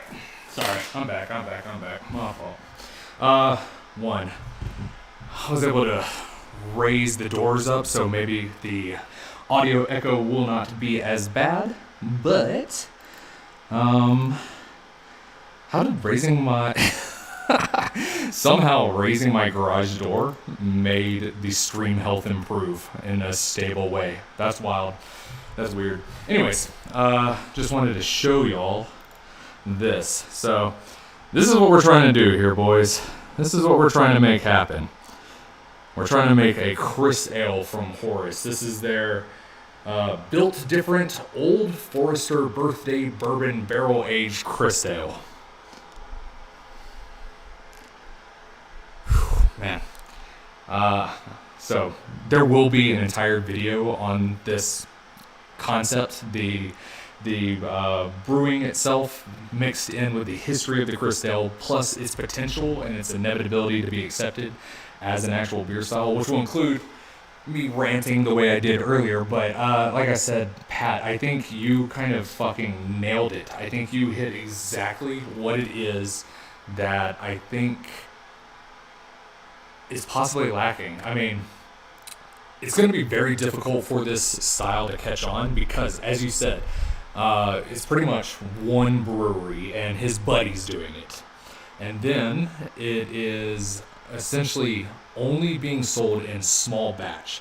Like, to be able to get your hands on one of these bottles, you do have to jump through hoops. It's not just as easy as go buy Horus aged ales, right? You have to either have a subscription to their private release bottles, or you have to hope somebody who pays for that subscription is willing to either trade it away or sell it.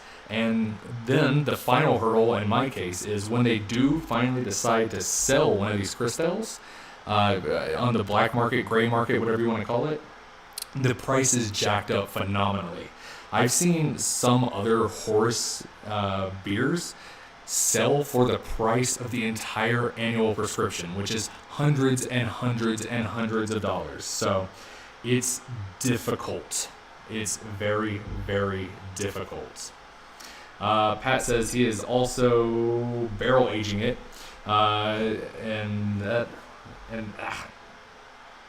he's also barrel aging it. Something a lot of breweries can do. Sorry, that threw my brain. that sentence hurt my brain. Yes, he's barrel aging on it. In fact, he states in one of the interviews I came across that a good Crystale needs to have aging on it. And he said that a lot of the refinement comes from barrel aging.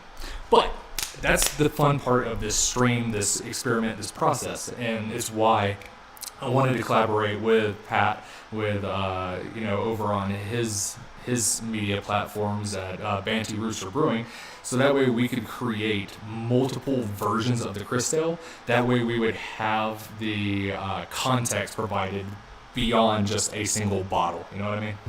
So, in some small way, going back to my replication rant, in some small way, I think me and Pat doing these experiments, brewing these Crystales, I think there's an opportunity for us to start expanding the concept of the Crystale beyond just a single, solitary, private, subscription-based brewery.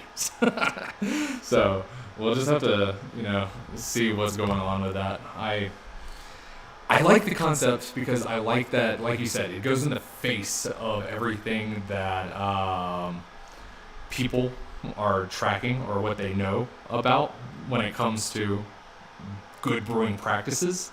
So, yeah, that's why I want it to be successful. I need the Crystale to be successful because it's absurd. That's what I like about it. So I'm going to put this back in the fridge before it goes to shit. Be right back.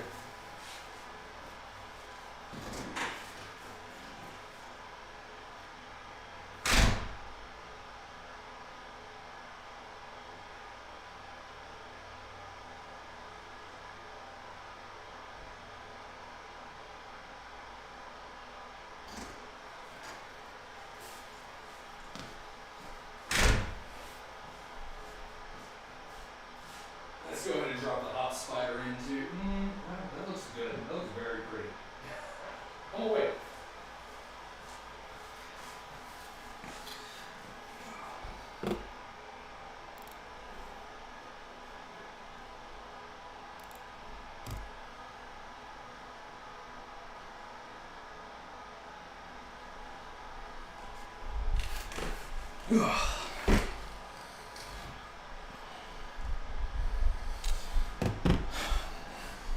Yeah, okay. Pat says can't do. Oh, maybe there is a storm coming through. I don't know if y'all were able to hear that, but we just got some massive wind gusts going through here. Anytime there's like any type of like big weather phenomenon here, like the internet just goes out like immediately. It's very, very annoying, very frustrating. But, alright. I'm going to crack into a Happy Dad seltzer because it is hot. And I need something light and bubbly. Hey, cheers to all y'all out there. Thanks for tuning in. Thanks for sticking with me as I navigate these learning curves.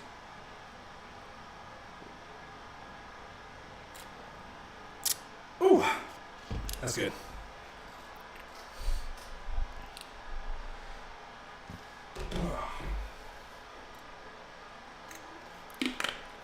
Followed up a little caffeine.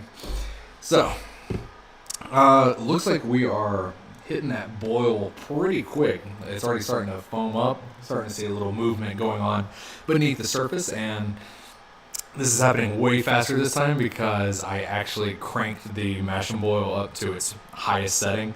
It's got 2 different voltages you can go about, running a boil on, and that's very dependent which one you should use based off of the electrical load in your house. And since we tested it last time with the stream set up and then right into the boil, without issues on the power front, I figured we're safe enough to go ahead and ramp it all the way up to maximum. It does run a slightly higher risk, I think, of that scorching things to the bottom of the kettle, which could trigger that lovely safety mechanism where it shuts the whole system off. But hopefully we do not have that problem at all.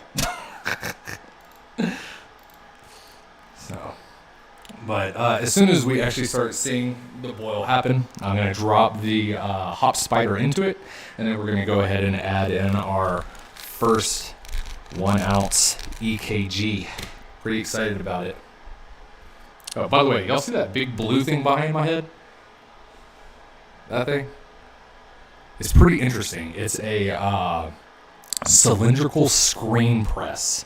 I got it a little while ago, and I've been learning how to use it recently. And the plan is I'm going to try to hand screen press my own glassware. So we're going to have to see how that goes. I'm pretty excited about it.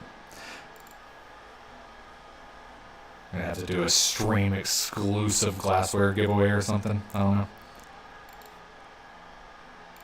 Pretty excited though.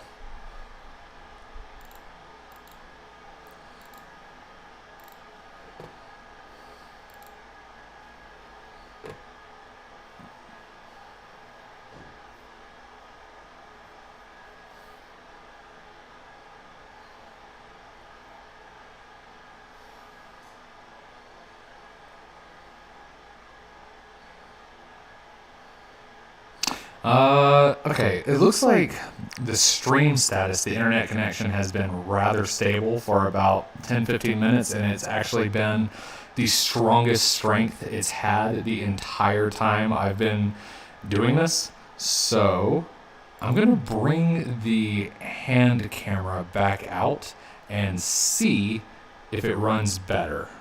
Now that, let's see if it's the software, or let's see if it was the internet that was causing the remote stream to screw up. So while we got a couple of seconds here before the boil happens, let's run a test on this bad boy.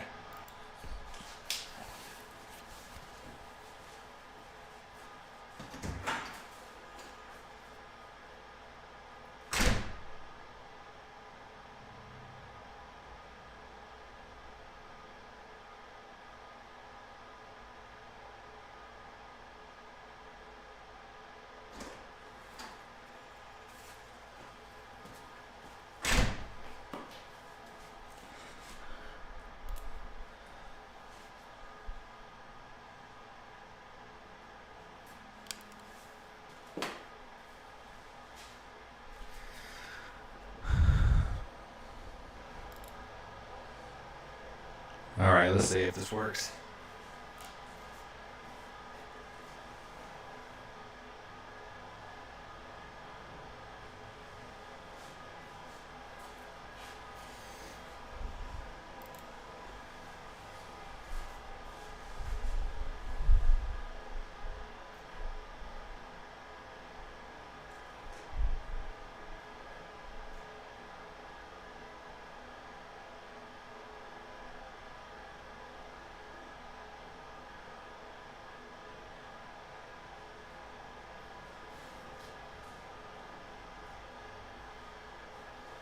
Man, the foam on this looks amazing. It's such a weird, vibrant color.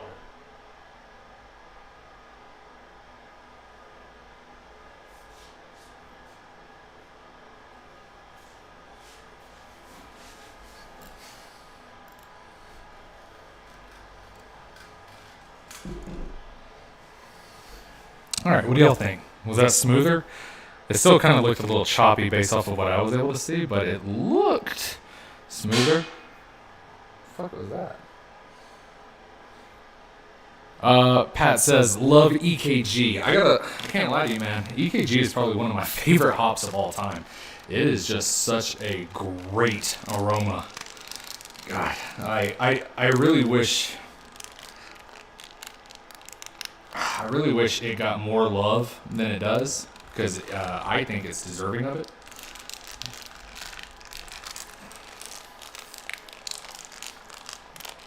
I cannot get this open. Damn, let me get some scissors.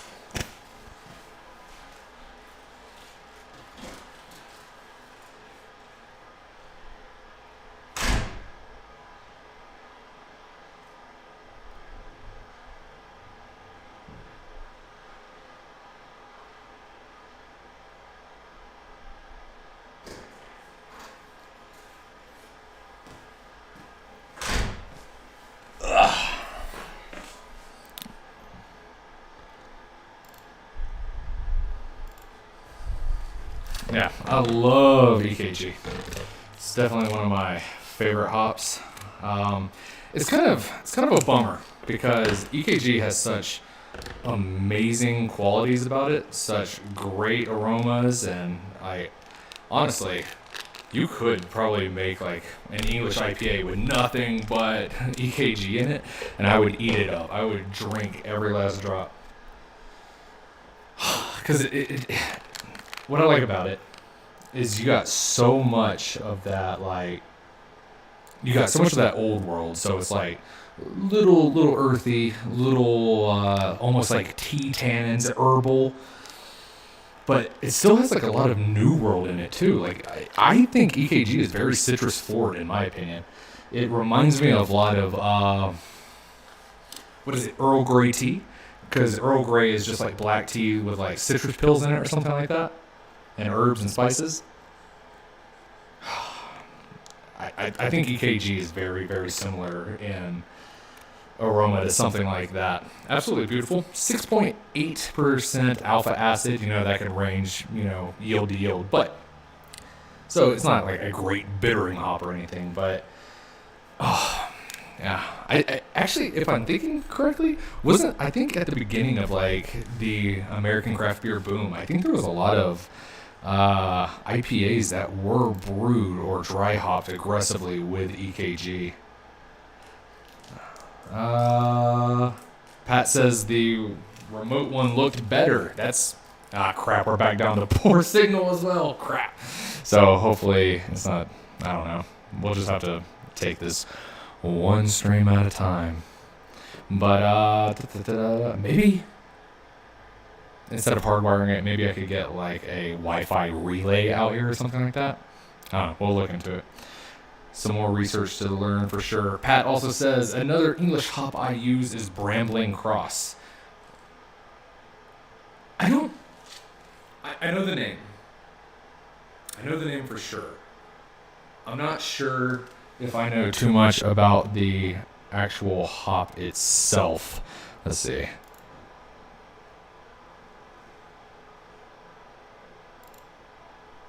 Let's go over here.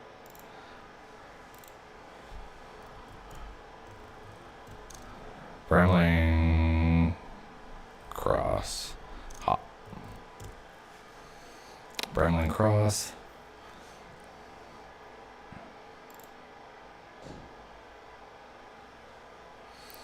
Ooh. Brambling Cross is a rather rare breed and is mostly available in the UK. First harvested in 1927 at White College. Its lineage is a cross between Golding and Manitoban, a Canadian hop. It is considered well-suited to cask-conditioned recipes as well as Christmas and fruit beers. Interesting.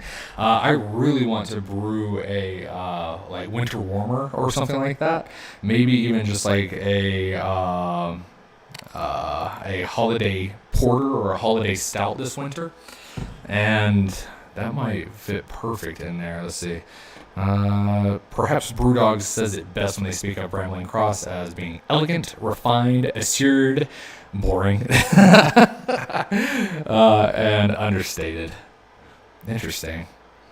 What is your flavor? When used in large quantities, the fruity element in Brambling Cross springs alive. Usually exhibits fruity notes of lemon, blackcurrant, and pear. Okay. All right.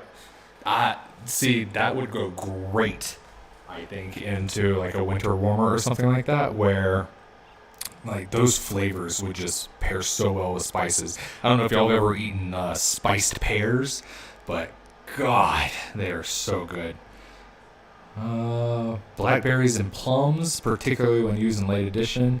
Alpha acid competition 7.8% is the upper threshold, with a lower threshold of 5%.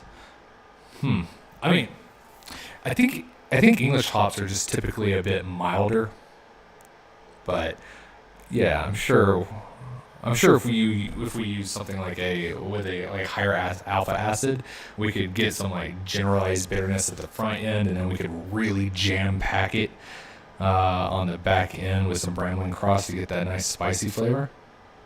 Okay, all right, I'm sold. You got me. I'm convinced.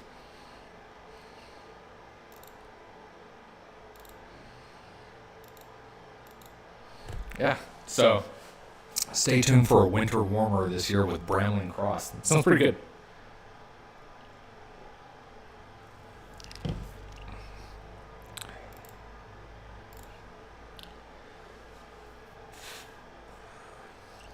bergamot oil, which is a type of orange. I have a hard Earl Grey tea and an Earl Grey and a lavender ale. Oh man, I love tea. Has become a critical component in my kitchen. One, I drink it every night before bed because I got some sleep issues, and having a little hot glass of some herbal tea, especially some chamomile or something, mellow me out right before bed. Also, huge fan of cooking like curries. I've really gotten into curry making, and I've really gotten into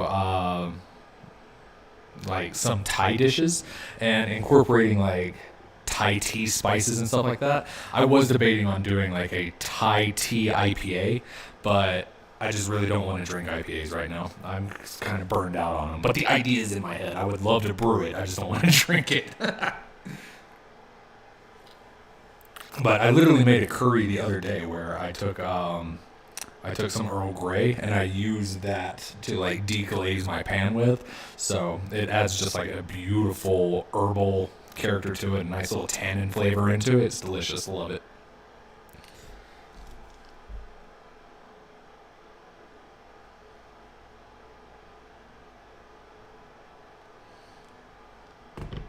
But yeah,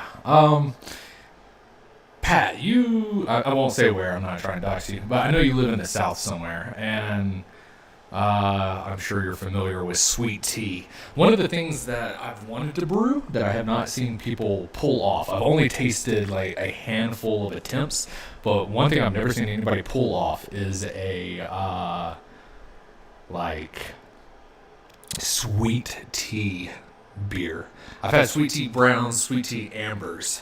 I would love to see some type of sweet tea beer that doesn't taste like crap. It's one of those weird things where like I want a beer to taste like it, but also I think it might just be better to just drink sweet tea and not blend the two worlds, you know what I mean? Ooh. You say you're brewing a lavender and chamomile blonde ale for your wife. Dude, that sounds delicious. A couple years back, I don't think I ever released this video, but I went and harvested it was like 10 pounds of dandelions, and I made a dandelion chamomile blend for like a tea, and I added that into a saison. And it was awesome. It was phenomenal. Just like the huge phenolic-y flavors of the saison. You mix that with the herbal notes and the floral notes of like a nice chamomile dandelion tea. My God, synergy is out through the roof. A Thai tea milk stout. See, that sounds delicious.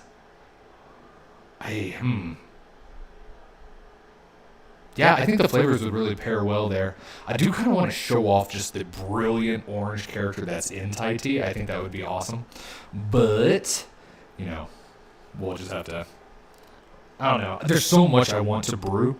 I just don't have that time for it, or the ability to drink it all. So that's why I was thinking I'm definitely going to send out some of these Crystales. Like, absolutely, Pat, you're getting some because of our collaboration concept, but I'm thinking I might send some out to some beer reviewers, and see what their thoughts on it are. So,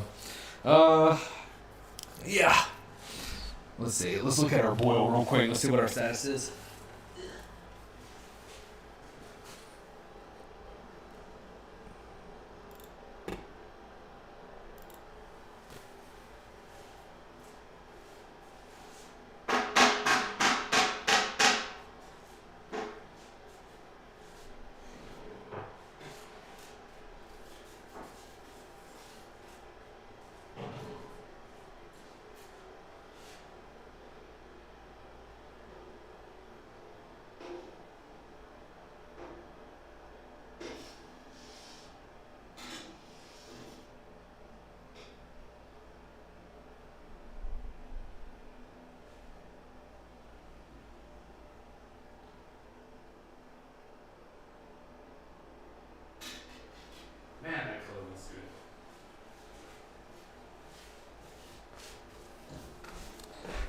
I'm not sure what the difference is here, but for some reason, this just looks like way better than batch 1 did.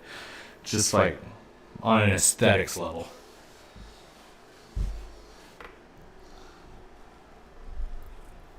I am sick of these flies though. They're driving me crazy.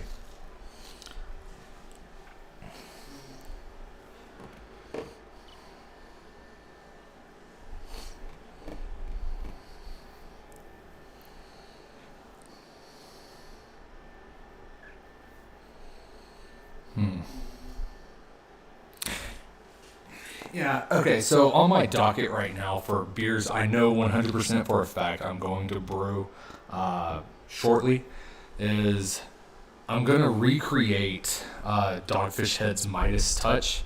I'm trying to find the books that Patrick McGovern, the archaeologist who went and did like all the actual excavation in Midas's tomb and things like that, who did the chemical analysis and all that stuff to figure out how to recreate those recipes. He has like 3 or 4 books, and I want to buy them and I want to read through them. That way I can learn as much as I can about the making of the beer. Because, one, I love that beer. That was one of the first beers when I got into craft beer that I truly loved. So, want to remake it. 2, I actually got to visit Midas's tomb in Turkey, so I got so much footage that I think would just... It needs to be shared. A great part of beer history I was able to like capture and see in person. But lastly, since they don't make it at all anymore, I think that's such an interesting and amazing beer. I think the story behind it's phenomenal. I really, really want to like bring that back to life in some way. So I'm gonna do a Midas Touch using honey from Ataturk, who was the first president of Turkey. He's obviously passed away now. This was like early 1900s when he took over, but he still has an apiary with the bees and everything, and they make their own honey. So I have Ataturk honey, and I have saffron from the Grand Bazaar in Istanbul. So yeah, I'm excited. It's just going to be a great, fun walk down memory lane. So, and a great part of beer history that I want to capture and recreate. So, Midas Touch Ale is probably going to be the next beer I brew. The one after that, and this one's going to be much harder. While I was in Estonia, there was a beer style called Kuruulu. And I'm probably mispronouncing that, but it literally translates in Estonian to house beer. And Kuruulu is an incredibly rustic farmhouse ale. It is essentially, think about it like the brother of like a sati. It's juniper forward, it's very rustic, very raw. Like you have to go to like people's houses for it to like get it and everything. It's really interesting, really delicious. And I got a couple bottles that I was able to import back into the States, and I really, really want to figure out how I can like extract the yeast out of it and brew it and drink it and taste it and everything like that. But those two were probably like the beers that have been on my mind the most since I left Europe. So I really, really, really want to brew those.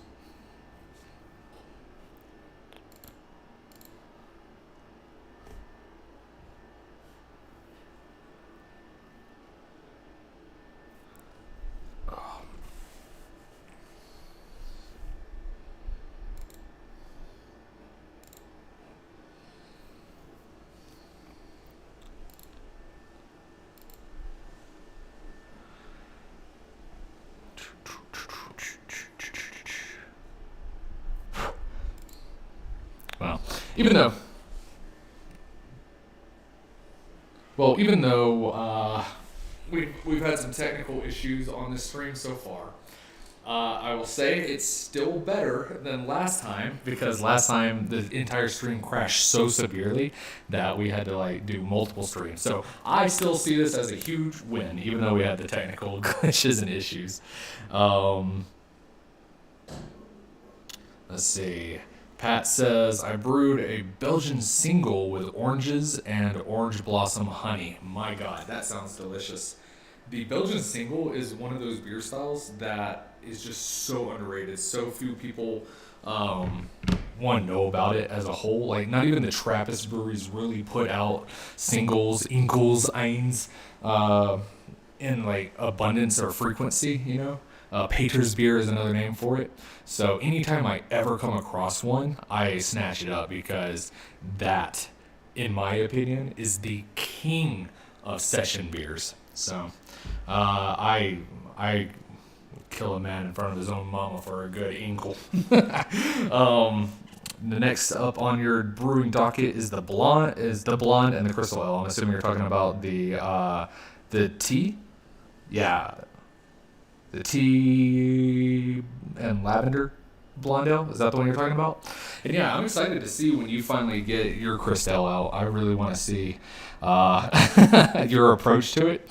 I want to see what techniques you utilize, because I'm just over here struggling trying to get it to work. But I'm dead set on it. I will make a Crystale if it's the last thing I do.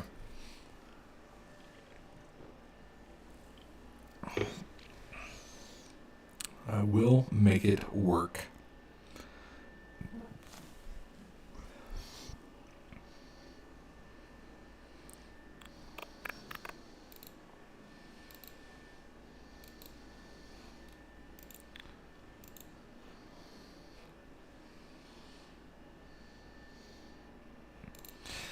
Yeah, I'm really happy I'm starting to get back into homebrewing. It was just so difficult to do in Germany. So I'm like really happy that I'm able to get back in doing it. I wish there was a homebrew store near me. Every time I want to brew, I got to drive like an hour and a half away.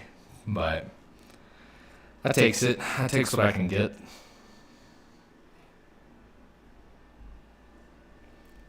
But dang, we were off to like a really good start on this, like getting this beer heated up for the boil. And it is just stalling on me.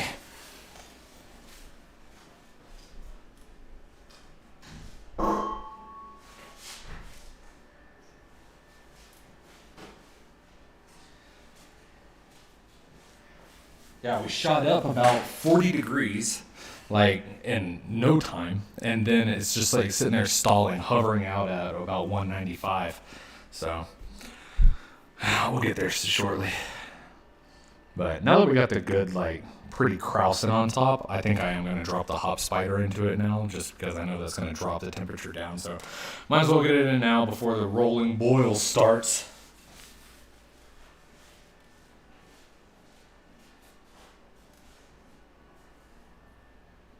Oh, that's so satisfying. These fucking flats, too.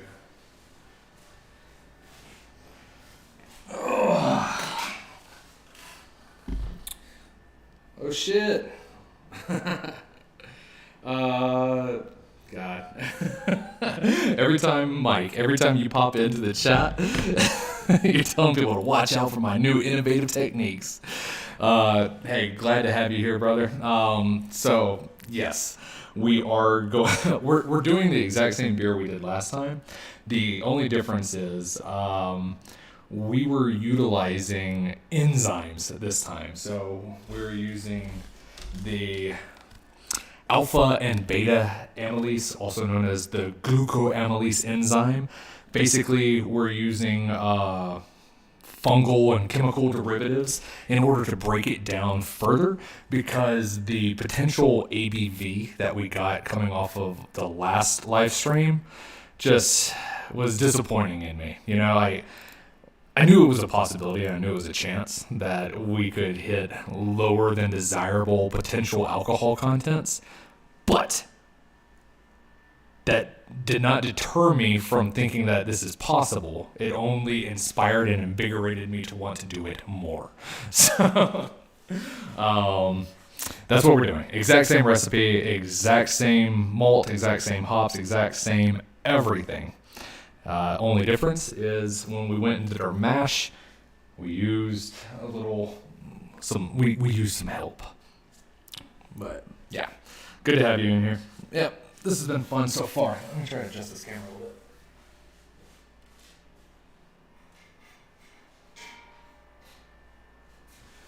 How's that look? No, too far.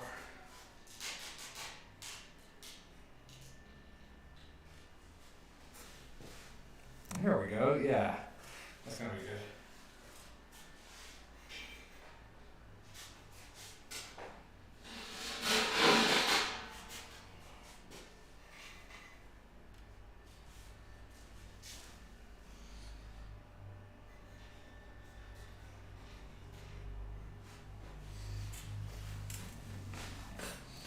Yeah, that'll work. I want y'all to be able to see, like when I drop the hops in, I want y'all to be able to see. But the way this is angled, I'm afraid that the steam is gonna like blast out the camera when we start reaching like full rolling boils, but we'll just have to see what happens.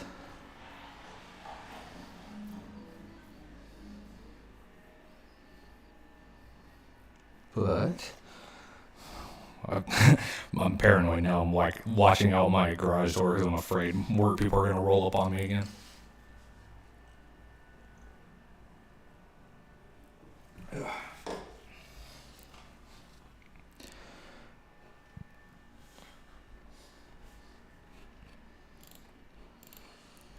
But yeah, if we do end up going with the half bottle batch 1, half bottle batch 2, blended split batch, and then we add the sugars into it to hit the desired, like that perfect middle ground high ABV concept that we were talking about earlier in stream. If I'm going to go through and jump through all those hoops, there's a part of me that's like, we should just like throw some like barrel chips into it or something. Like, if we're already going to go through all that work, maybe we should even like do some type of like spirit aging on it or something like that, get it infused in there, just really make it like refined and like as Horusy as possible. So I don't know, I saw Pat earlier, you said you were down for the concept of the split, and I think if I was going to ship out the split, or if I was going to ship out the Crystales to people, I think splitting the bourbon barrel one would be the one to do. Let people see the true refinement. So, hey, if any of y'all are interested and want to get one of these bottles, throw it in chat here. I'll go back and look and see if it's doable to be able to get this out to people.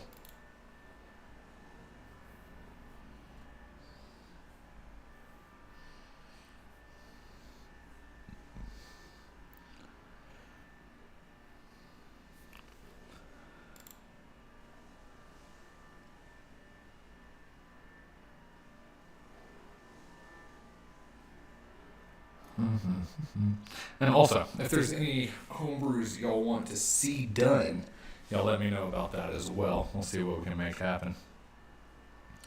Because there's two, like I said, that are really high up on my list that I want to do. I just don't know what I want to do after that.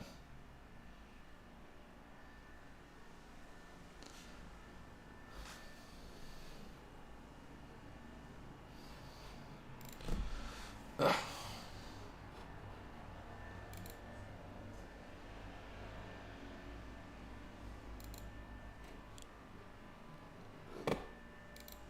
Ooh, oh, we hit boil. We hit boil.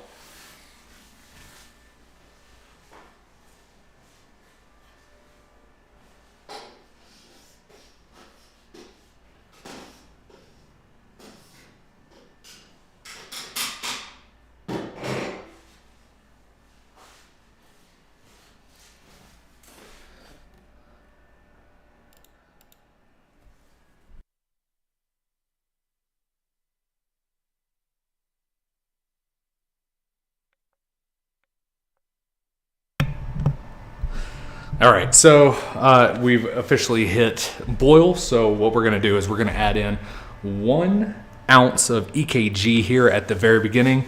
We're going to keep that, the bitterness low on this beer.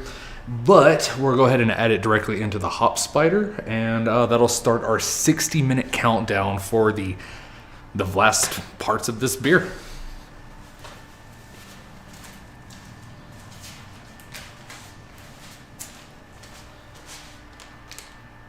God, I love these hops. They're so good.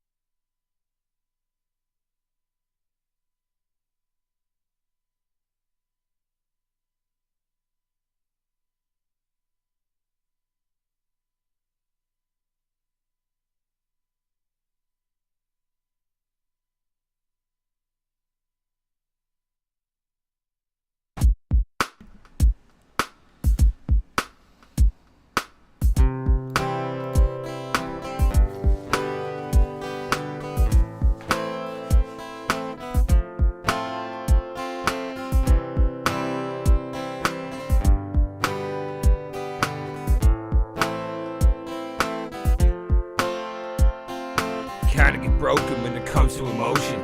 Makes me start choking, so I sit by the ocean. Spent my last buck on a bottle of whiskey. Drunk and broke, sitting here in history. Made my mind up how I'm going.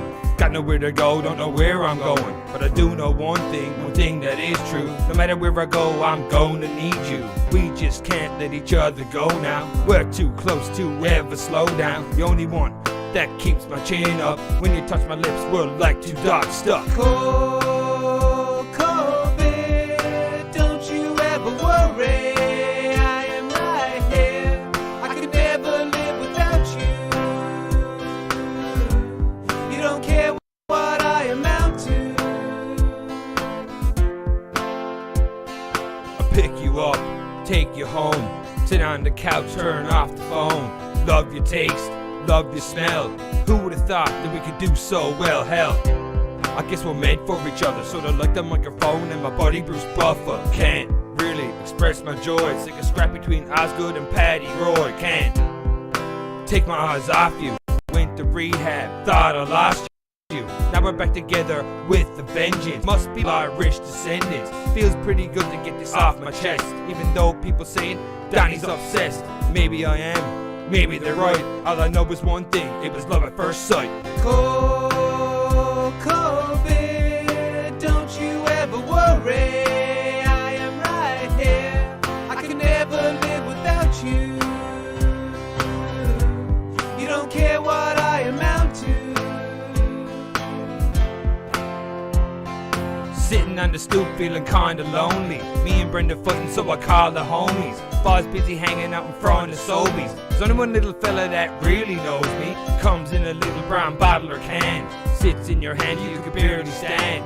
Part of the fam, part of the team. Took me under his wing when I was just a teen. Every time it come around, it always takes me back to when I had a fake ID and a little dirt stash. Get a road so cold, pop two for a wop, pop twist off, pop top, tall boy, cold shot. Big, oh big, don't you ever worry. I am right here. I can never fucking live without you. You don't care what I amount to. Big, cold, big, don't you ever worry. I am right here. I can never live without you. You don't care what I amount to.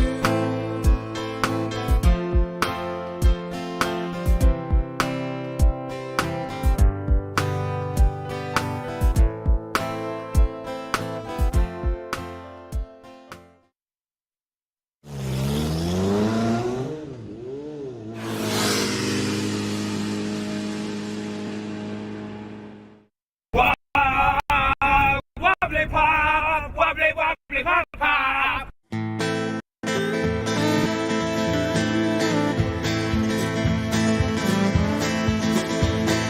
The moon sits on the water like a galleon by the shore. My mind takes me into a place I'd never been before. I wandered over hill and dale but never found a home. The road on which my feet may fall is all that I have known. But each town looks the same to me as I seek for something new. I've never seen the light of day till the day that I seen you. To point my feet towards a home that waits for me at night. She greets me at the door and smiles and everything's alright. The music plays, the laughter lays a symphony in stone. I'm perched up in my bar stool like a warlord on his throne. I lay a few more dollars down on another round. And love my baby into the night and sleep without a sound. And she knows I'm barley wine. And my woman sure looks fine. I'd squandered all my yesterdays, but I left those ways behind. I turned my journey homeward, bound to see what I could find. And I find barley wine, barley wine.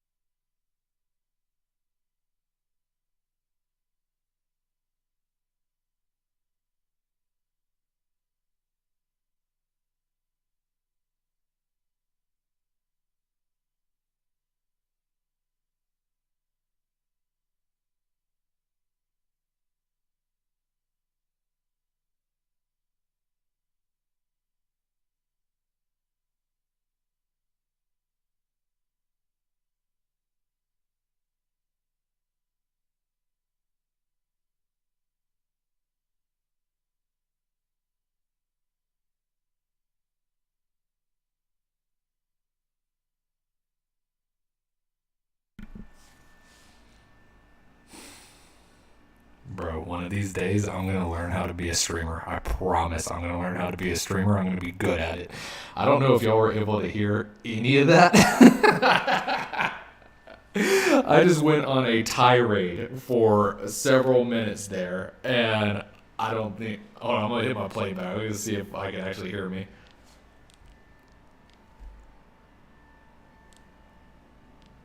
No! Devastating. Absolutely devastating. Man. Hey, welcome back, Pat. You didn't miss anything except for me sitting there ranting at a camera with a muted microphone, so... I'm trying to debate if anything I said was actually of value to go back and talk about it. Oh, God. One of the... dang, I'm still 15 minutes away from my next Hop Edition. I might as well regurgitate everything I said. Hold on, let me pretend like I'm just sitting back down again. Time for my second drink of the day. A Sunny D vodka seltzer? What? That's crazy.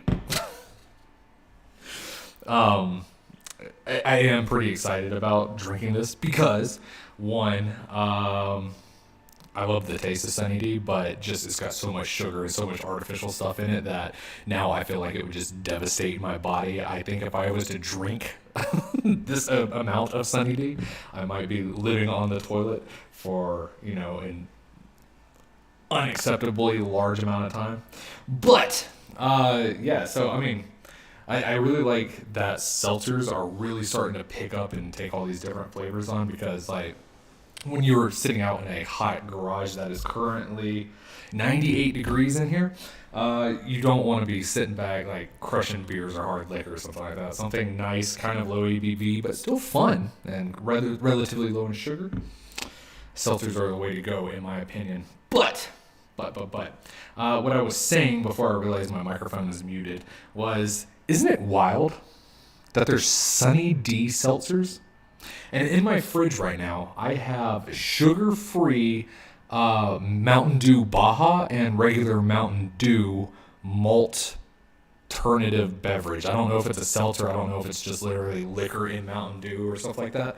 But it seems that, like, as beer's becoming less and less popular as, like, the staple drink of America, that we're seeing these rise of these really kooky flavored, alcoholic adult beverages.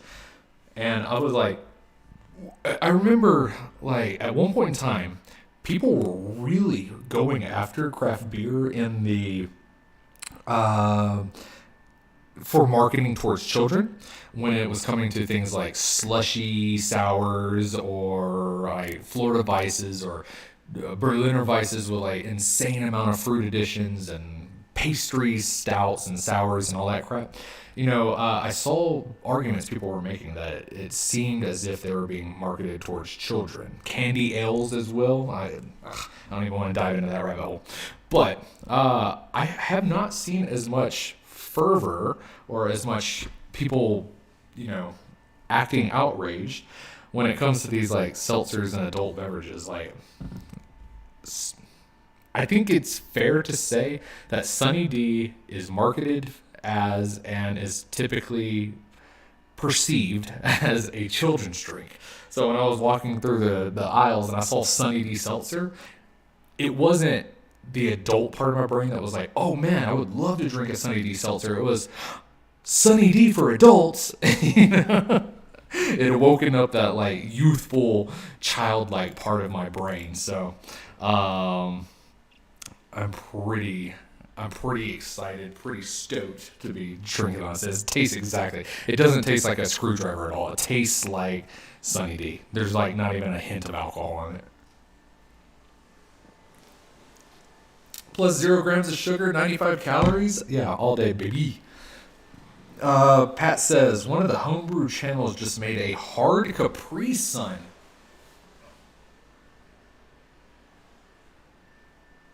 A hard Capri Sun. Okay. I love it. I love the idea. Here's the question. What is a Capri Sun? And I know that sounds weird because it's like it has a slightly heavier, more viscous body than just normal water. It isn't carbonated, so it's not like a seltzer. What is Capri Sun? Weird. I've never thought about that before. I love the idea of a after chugging one too many alcoholic Capri Suns. That seems like something I could do. Hold on, man. All right. We're going to have to look this up.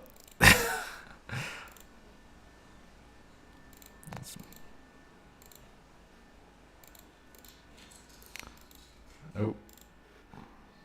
God, these flies are driving me crazy. What is a Capri Sun? Oh, it's a juice concentrate? Aren't Capri Suns like completely clear?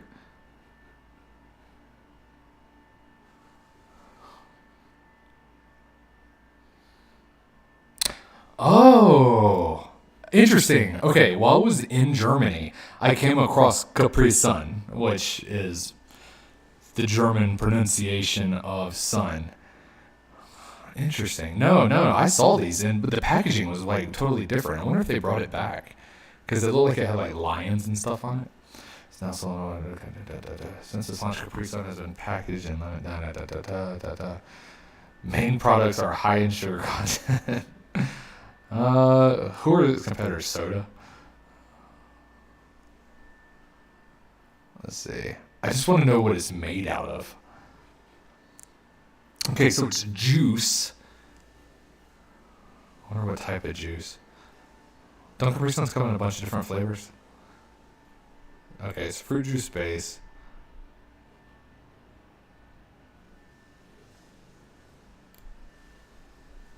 Interesting.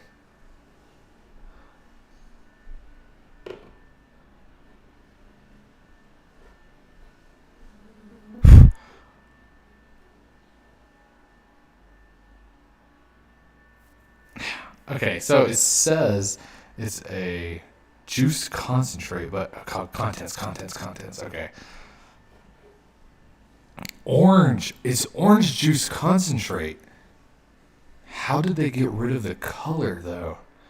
This is fascinating. Y'all are going to send me down like this crazy rabbit hole that I don't think I'm ever going to find my way out of. All right, hold on. I'll have to do some more research on... I'll have to do some more research on Capri Sun on my own time. But man, that's fascinating. Basically, you've decided how I'm going to spend the rest of my night. It is a weak fruit juice, he says. Yep. I come to the same conclusion, my friend. Like, in my mind, Capri Sun has like a pretty strong flavor. And it is concentrate, so I could see how that would be, an issue. But, yeah, interesting.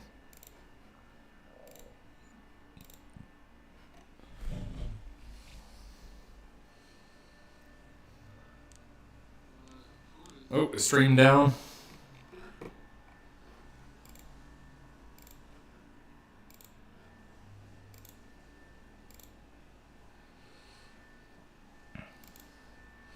My internet is saying stream is down, but I can't tell if it's actually down.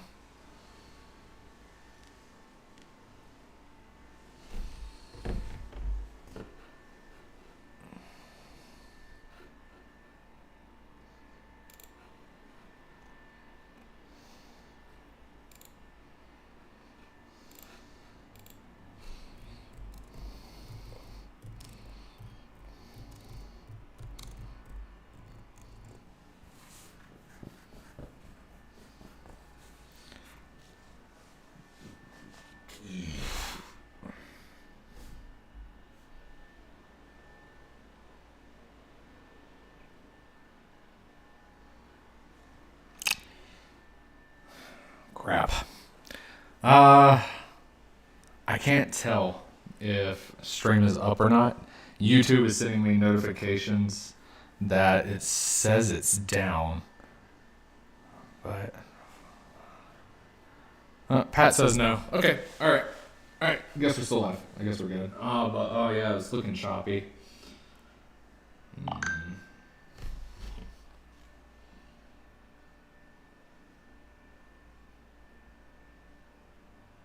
Oh, okay. Pat just sent me the link to the Capri Sun. Hold on, let me get or the alcoholic fermented Capri Sun. Hold on, I'm gonna pull it up. We're gonna watch a little bit of it on stream, just a little bit, because we're still about 5 minutes away from hitting our next hop edition. So I turned Capri Sun into alcohol.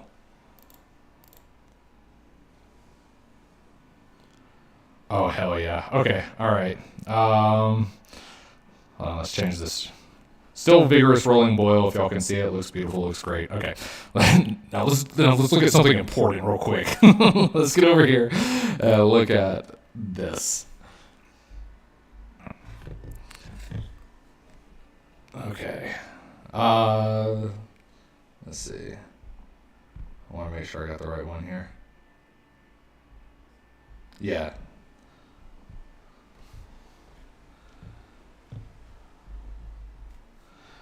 Let's see.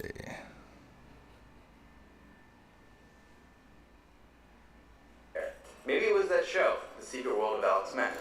Maybe it was... Yes, Secret World of Alec Mack. Dude, that is a show I try to explain to people all the time. Nobody remembers that. So that was very validating within the first 5 seconds. Amazing. Awesome. Terminator 2. But most likely, it was because of those bomb Capri Sun commercials.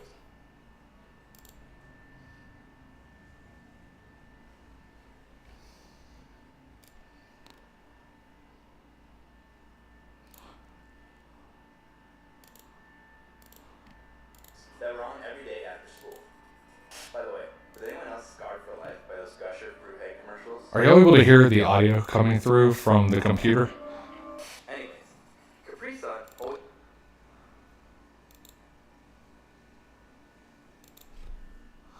Nope. Okay. Crap.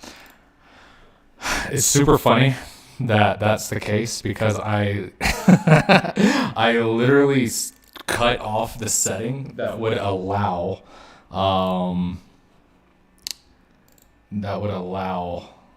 the computer to be heard, because I was like, they don't need to hear anything that's going on my computer.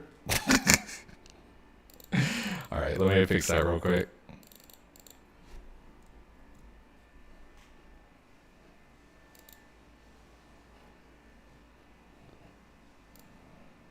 Oh man, this is gonna send me into a weird matrix overload that's gonna freak me out.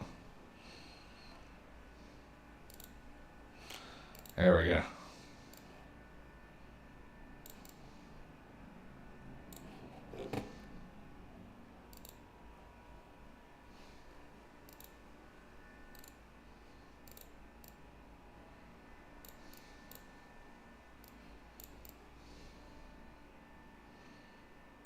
All right, we're gonna put it like that. For everybody else out there, I hate when streamers talk about or show other people's clips and they don't recommend subscribing or anything like that. So with that said, y'all go make sure to subscribe or give a like or something on the Brew Show, because I think that is only fair.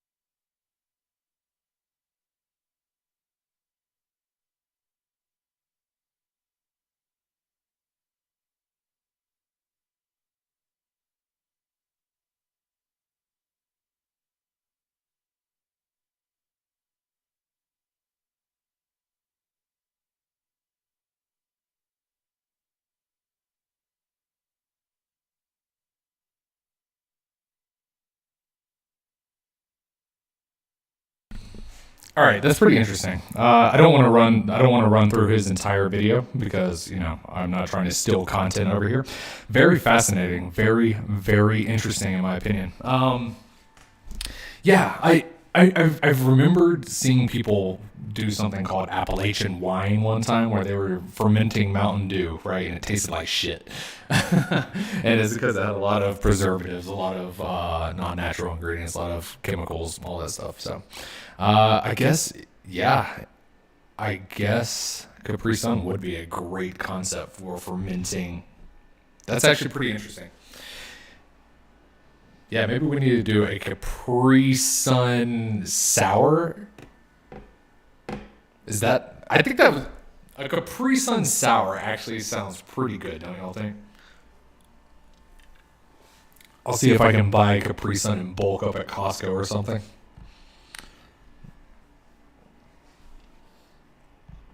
But, yes. Hey, thanks for showing me that, Pat. I'm going to watch the rest of that later for sure. I'm pretty interested in that. Let's see.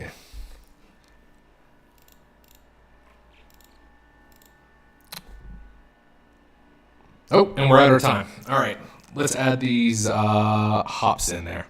Again, like I said, we're going to be doing 1 ounce of EKG here at the 30-minute mark.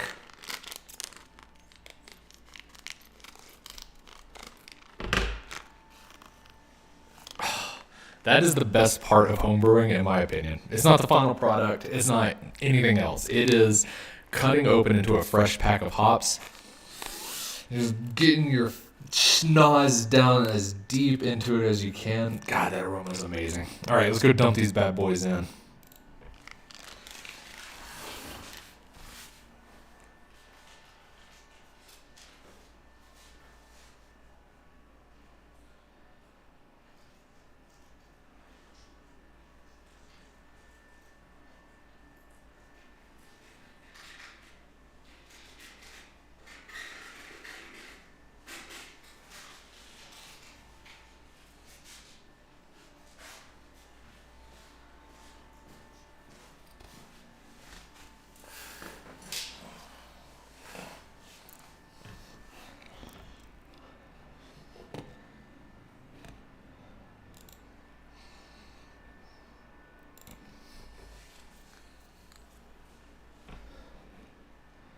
There we go.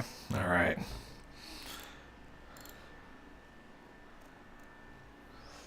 Man, yeah. There's probably like a whole bunch of different like kids drinks that we could throw in. Because I mean, I've seen breweries making like Kool-Aid slushy Berliner Weisses or something like that.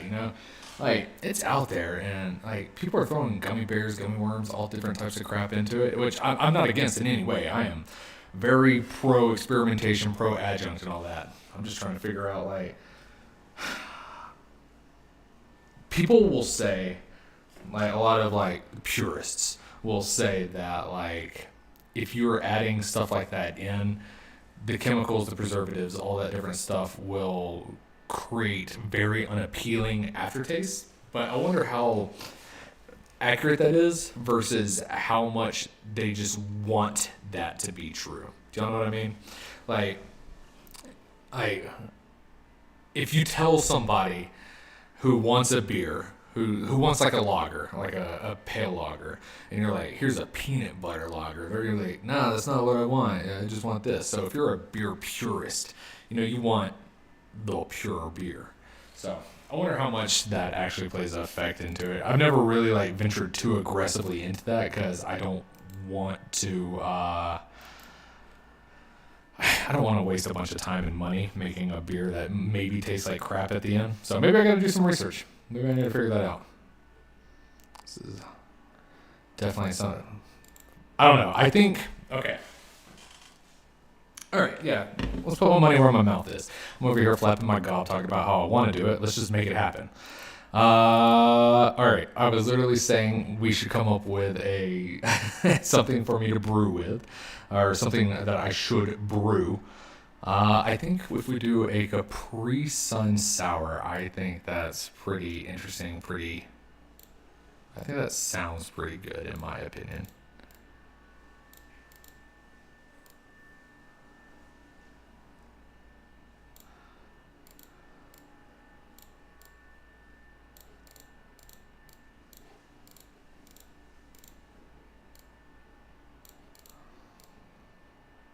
There we go. Okay.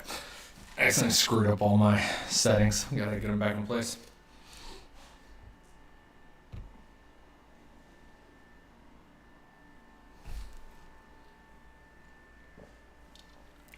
But yeah, that was a fun little rabbit hole.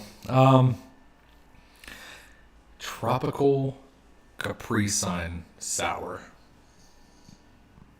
I'm gonna do some pineapple. If Capri Sun's base flavor is orange, some orange. What else would I want in there? Sour IPA? Hop it up like crazy? That might cover up the actual Capri Sun flavor. But, I don't know. A lot of room to experiment. I've seen people make high C ecto cooler into alcohol. Yes, I too have seen that. Was it the same people? Yeah, they're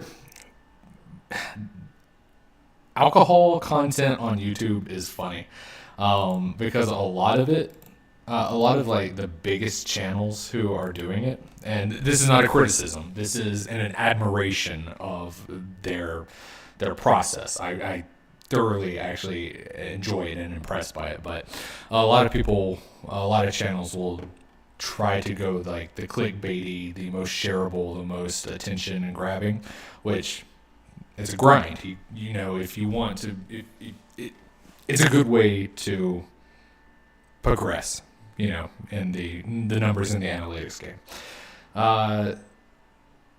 I'm saying I think it's a good idea. I think I need to jump on that bandwagon. I need to jump on that train.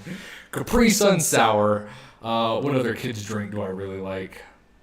Do y'all remember Donald Duck orange juice? Am I crazy? Is that a thing? I remember there used to be like orange juice that had Donald Duck on it, like on the label, and it was like sweet. It was like really sweet. Like definitely not pure squeezed, you know, fresh from the orchard. Orange juice, Donald Duck. I just remember that always used to be my favorite. Yeah. Here it is. Here, let me flip my OBS around. Yeah,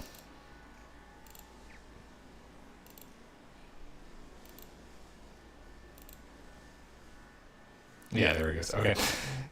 Y'all ever seen this? The Donald Duck orange juice? I have not seen that since I was like a little kid. Oh, you could buy it in concentrate.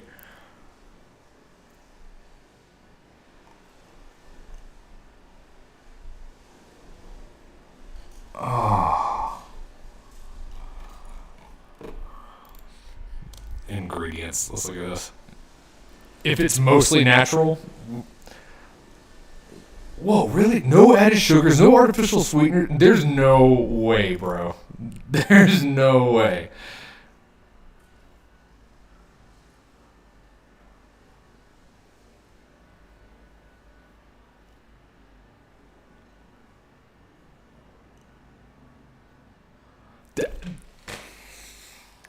Ingredients are water and concentrated orange juice. I remember this shit being so sweet. You know when you buy like orange juice like in a container or something like that, and it's like acidic the way like orange juice is wont to be?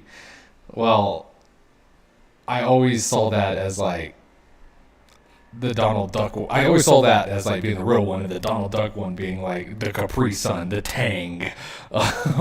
There's no freaking way that it's just water. All right, we might have to do a Donald Duck orange juice sour as well. That's crazy. I love that. Anyways, I'm about to start hopping on the bandwagon of making beers with crazy ingredients. Bump these analytics up, get these numbers up, cash out, sell out. No, but seriously, I do really respect that grind. I think it's a lot of work and a lot of effort, especially like that video we were just watching. The production value in that was phenomenal. The amount of editing and the amount of like the voiceover quality, phenomenal. So I really respect channels like that. One day when I have a team behind me, maybe we can achieve something that good as well. But we're never going to get there until we start making Capri Sun and Donald Duck orange juice sours.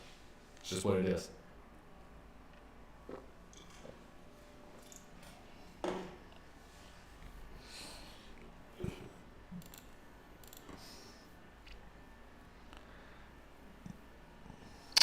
Yeah, you're right, Pat. A lot of these products have sorbates in it, making them very hard to ferment, but doable. Yeah, literally while I was at my home brew store, I saw that they had started putting up signs and posters for making Kvik seltzers. And Kvik is like such a strong like yeast. So when we saw it in the Capri Sun video, I was like, yeah, that makes sense. It's a hyper aggressive yeast strain. It's very durable. It could charge through all that stuff. It could make like, I think it could overcome most of the hurdles that would be thrown in front of it, even with like preservatives and artificial sweeteners and things of that nature. I think Kvik might be able to break that down. Maybe if we did like a complex mixed fermentation culture with like some Brettanomyces or something like that in there, maybe we could see what happens.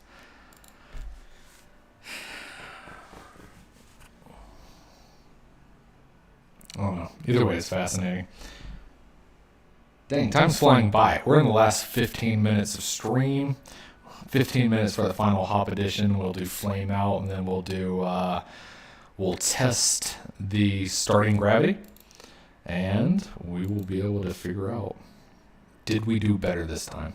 Did the enzymes help? I don't know. We'll have to see.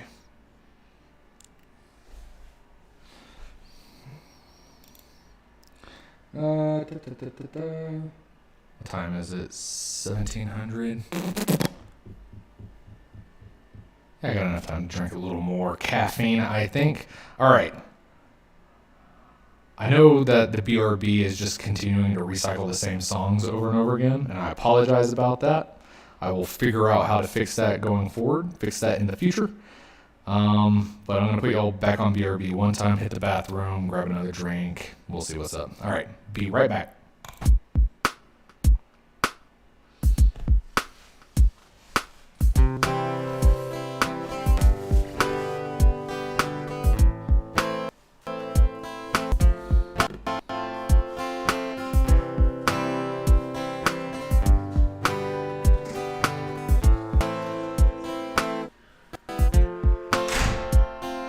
Kinda get broke when it comes to emotion.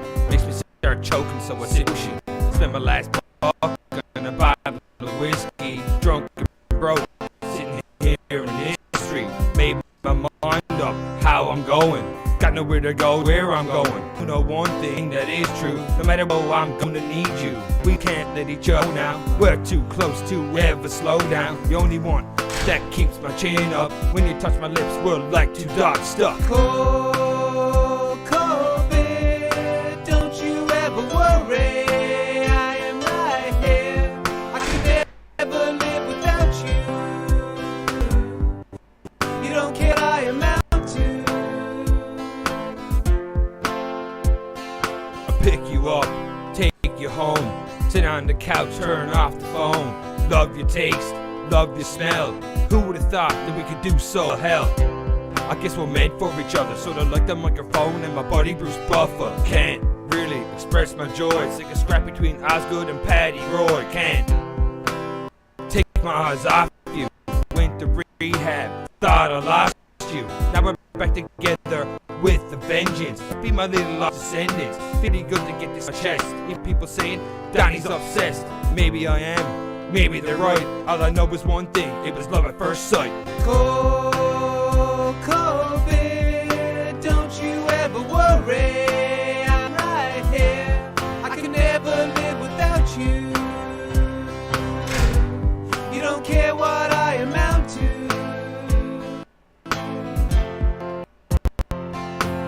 Sitting on the stoop feeling kinda lonely. Me and Brenda full of call the homies. Boss busy hanging on the Sobies. There's only one little fella that really me. Comes in a little brown bottle or can. Sits in your hand, you could barely stand. Part of the fam, part of the team. Took me under his wing when I was just a teen. Every time it come around it always takes me back to when I had a fake ID and a little dirt stash. Get a road so cold. Pop 2 for a wop. Pop twist off. Pop top. Tall boy. Cold shot.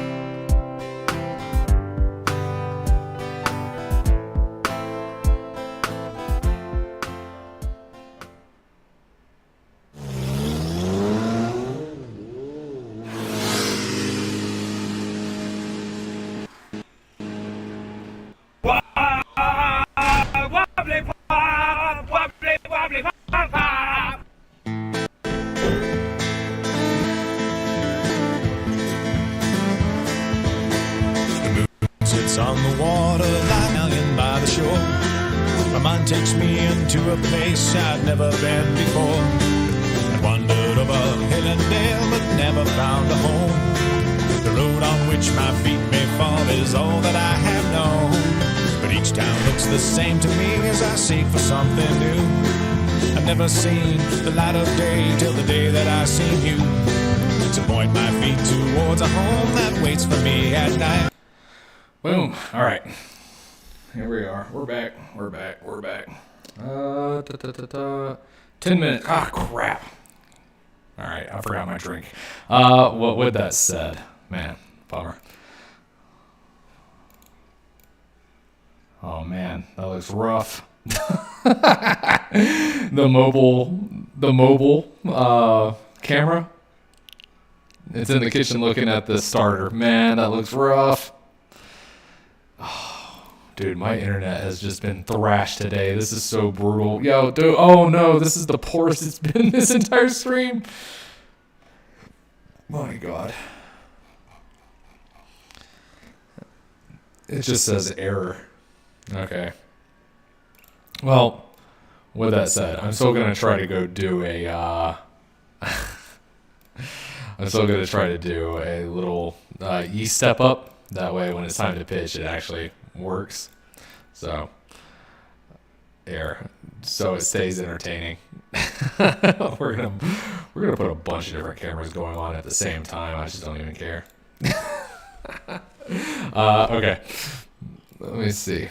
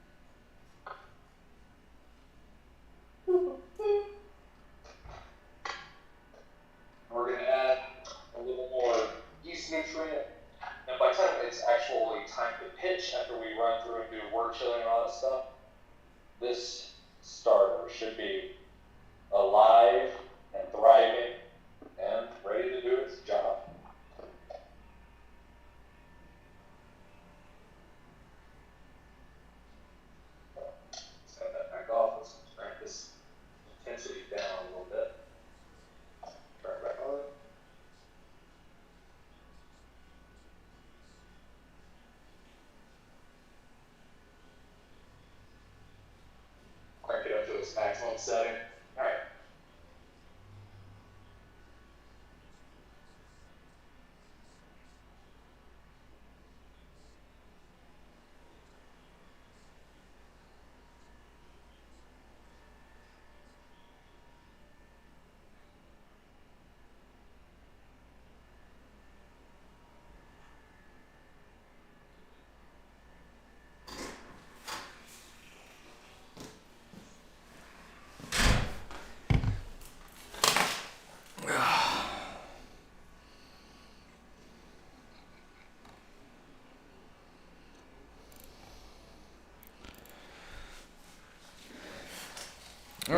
And the last drink of the day, we're actually going to do a non-alcoholic beer. We're going to do the Athletic Run Wild non-alcoholic IPA. I really, really, really enjoy Athletic Brewing.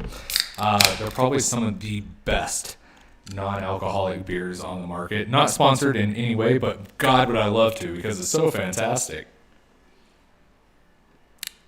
Athletic. Hey, send that to your people. But seriously, Athletic beer, really love it. Really, really good non-alcoholic beer. So if y'all are still wanting that beer flavor, but you're trying to cut down on your overall, 1, calories, but 2, just overall alcohol consumption, Athletic is the way to go. It's so good.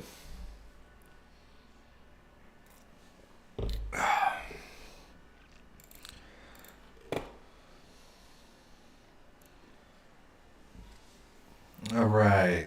Pat says, fermenting OJ has been a goal for a while. Folks say it can't be done. Can't be done. I don't like the sounds of that, first off. Why would it not be able to be done? Is it because of the high acidity? We're talking, I mean, okay, so in this process, in the vision I had, it would have been OJ mixed with like some type of base beer or something like that, right? But I could imagine it would be pretty difficult if you take just pure straight OJ, because it's just such high acidity. But it also has a lot of sugar in it, so I don't know. And Pat says, video editing is his day job. Helps a lot. Yeah. God, I wish. Y'all just wait. Y'all wait to see the content I make when I don't have to worry about a 9 to 5. I'm going to be a madman when it comes to content creation. Just, I won't be able to be stopped. I will be a content menace. So much free time.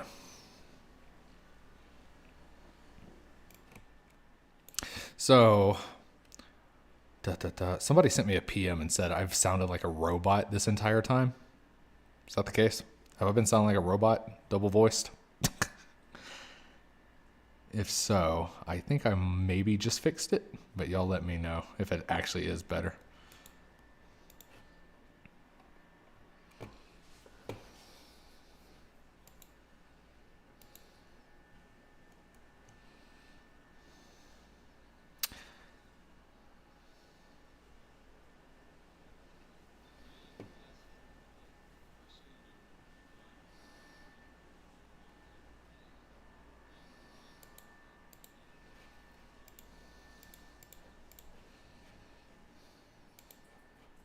Damn, I just went and looked at the analytics. Man, I'm so impressed. Yeah, y'all really show out for these streams. I mean, the analytics, the average view time per viewer is like longer than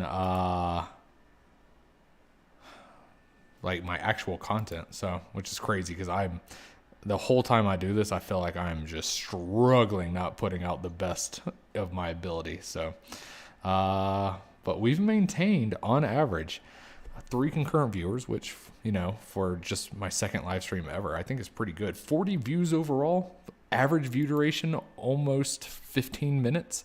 That's crazy. Chat rate chat rate's a little bit down, but we're a little lower concurrent than we were last time. Not the point. Point is, I really can't thank y'all enough for only my second live stream, just how much support y'all have already given me. This has been phenomenal. I'm honestly blown away.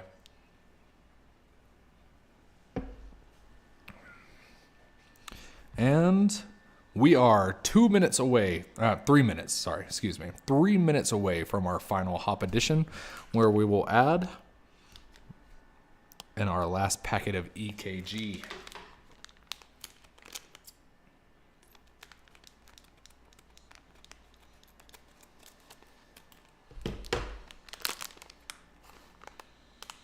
Oh, the best part. God, it's so good. EKG is so good. I might just have to brew like a full-on EKG IPA. I just don't think there's any other way around it. I'm just going to have to do an EKG IPA. That might be my next brew. I know I went on like a long rant and tirade about how I was excited about brewing, Midas Touch, doing the Turkish ale thing. I think I want to do an EKG IPA. I think that's the move.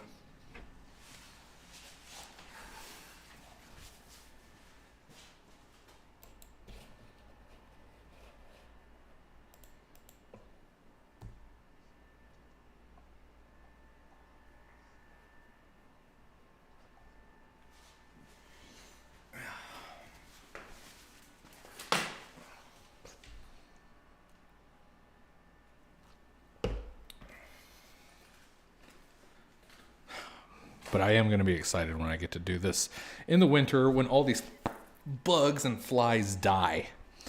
I don't know if y'all know what wind scorpions are, but they're coming out in droves, man. They're like swarming my house now. It's just a nightmare. I hate it.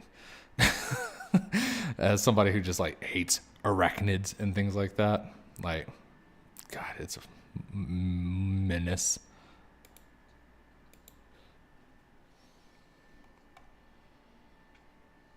Yeah, Pat says you'd have to lower the pH for fermenting pure orange juice. Let's see. I'm sure there's a way. You might not be able to do it just straight raw. Unless you have some type of like high acidic capable yeast strain. Maybe start off, no, lacto would only make it higher. Maybe start off with something that can survive and thrive in something like that. Like a Brett, a Kavik, something like that. It would be difficult, but I think it's possible. I still think it's possible.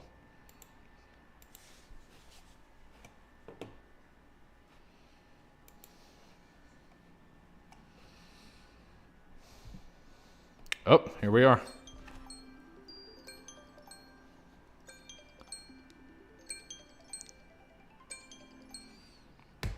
It is time. It is time. Our final hop addition, ladies and gentlemen. We'll add this last ounce of beautiful EKG hops in. We will stir them around at our flame out. We'll drop the wort chiller in, and we're going to test the gravity reading on this wort. I collected a sample before we started adding hops. No worries there. And we'll see if our experiment with enzymes was any more successful. So, without further ado, let's make it happen.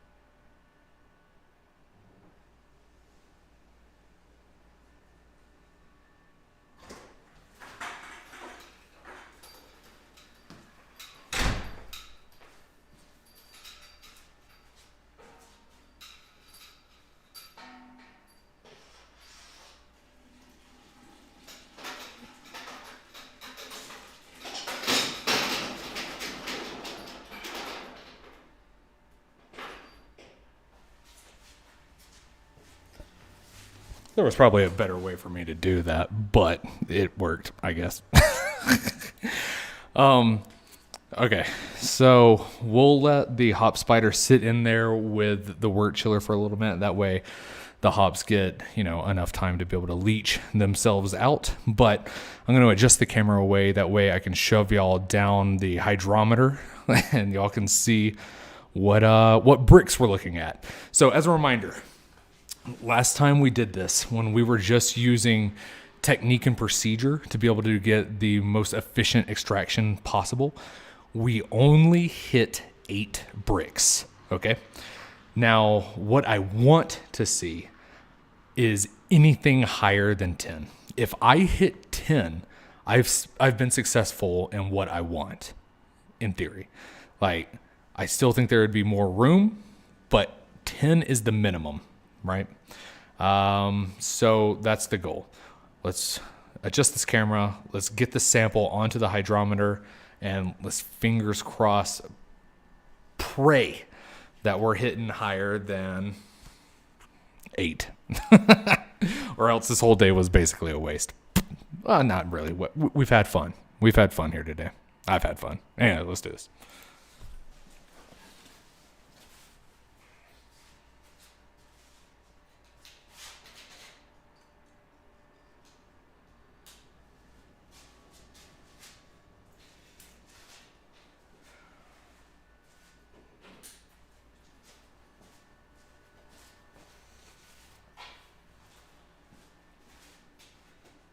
Hydrometer. Let's turn this microphone around, that way it's a little easier for y'all to hear me. All right, so we got the hydrometer. And we have our cooled wort sample that we're gonna put on the hydrometer, and we'll be able to test its gravity.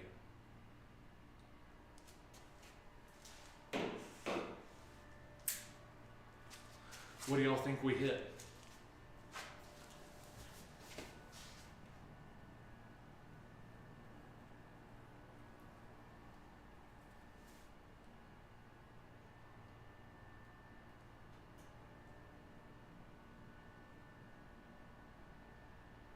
Yo, there's no way.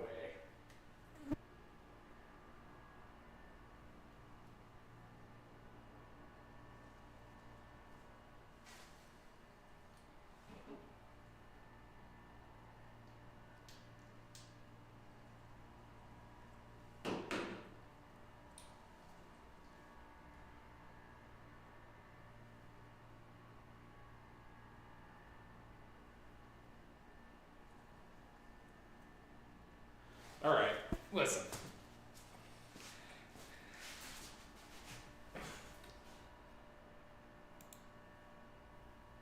I'm gonna show y'all what I see, and y'all can tell me what y'all think, but what I'm seeing here is buck wild. So, let's look.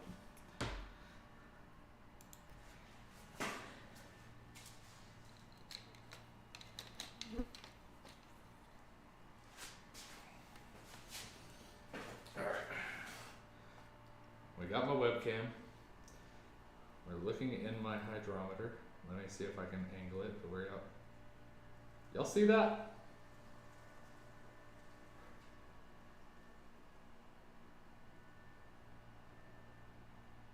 God, this is always so hard for me. Y'all see that? That's wild. There's no way. There's no way. So what I'm going to do is I'm going to pull another sample and see if we're still looking at something accurate. Because there's no way, right? There's just no way.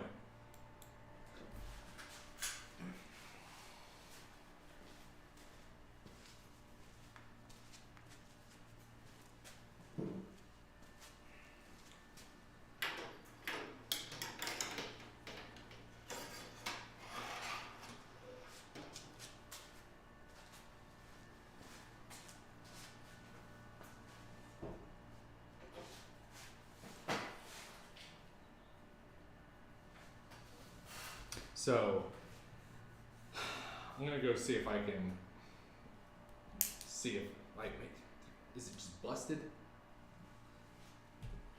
Like, it might just be busted, but I have some distilled water, so I'm gonna see if I can do a collaboration test on it real quick. I'll be right back.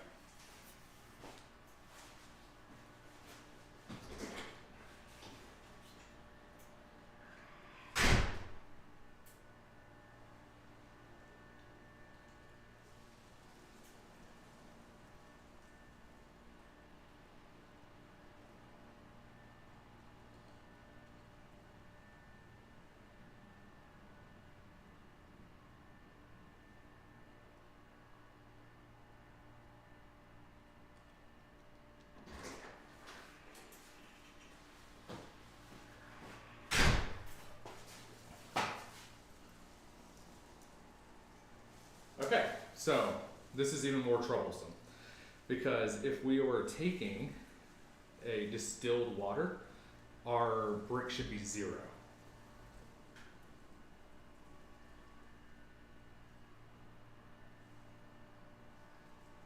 What do y'all see?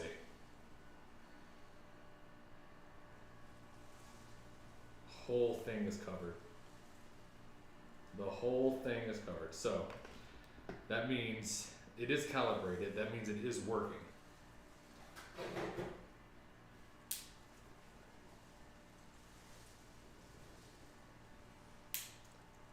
All right, sample here is cool. Let's add it back on.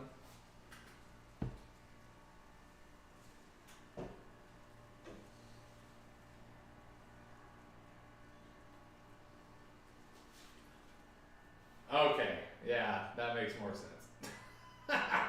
Dang, they had me, one, hella impressed and confused and scared for a second, but this makes more sense.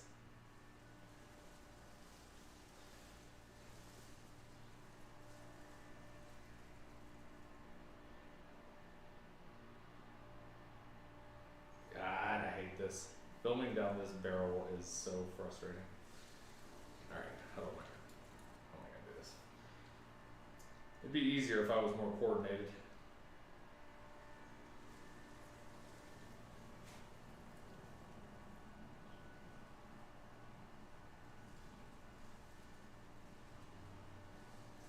There we go.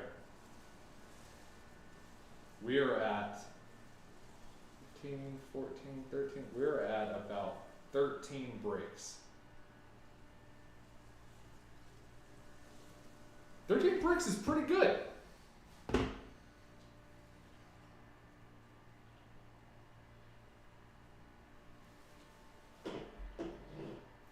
$13 bricks is way higher than 10. I mean, let's look at this. Let's cancel that. Let's hop over here. Bricks conversion. So last time it was 8 with a specific gravity of 1.03, which is pretty low. Potential alcohol volume of 4.1%. And like we talked about earlier, that is just so highly unlikely that we'd actually reach an efficiency where we could hit that. So let's put in 13. Why is that happening?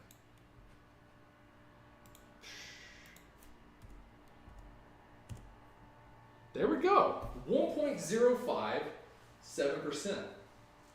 Now, I still don't think we're going to hit 7% ABV. I don't know where we're actually going to end up, you know, where our true finish line is going to be. But yeah, okay, the enzymes helped. The alpha and the beta enzymes broke down the crystal malts and it worked. Okay. Okay. Concept proven, I think, right? I think that. That makes sense to me.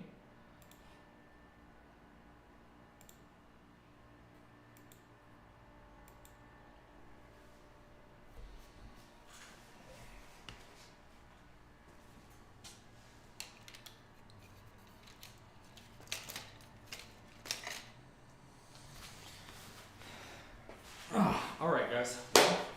That is the end of the stream. I'm gonna go hook it up to the sink. That way we can get the wort chilled down. That way we can pitch the yeast, and you know, this will probably be the last Crystale live stream I do for a while. You know, next time we do a live stream, I want to move on to something more different. I was gonna say like, interesting or something, but I have extreme ADHD, so I lose interest in topics very quickly. So I was over Crystales the first time we did one. So, but I knew we had to return to this. I knew we had to because I felt it in my guts that we were not being as efficient as we could be. And I think we proved that today with the enzymes. The enzymes bumped up 8, 9, 10, 11, 12, 5 bricks points? 5 bricks just from the enzymes? So, anyways, Thank y'all for watching very much. I really appreciate it. Like I said, the support y'all given me on stream has just been phenomenal, just mind-blowing. I do plan on finishing this Crystale video as fast as I can. It is in collaboration with Pat Banty. He's been in chat all day. Huge shout out to him, man. Your support's been insane. And I look forward to seeing you do your end. And we're gonna mush our Crystales together, and we're gonna make a pretty fun video on this, I think. So everyone go check him out as well.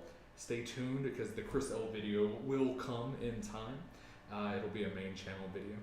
And lastly, there was something else I wanted to end on.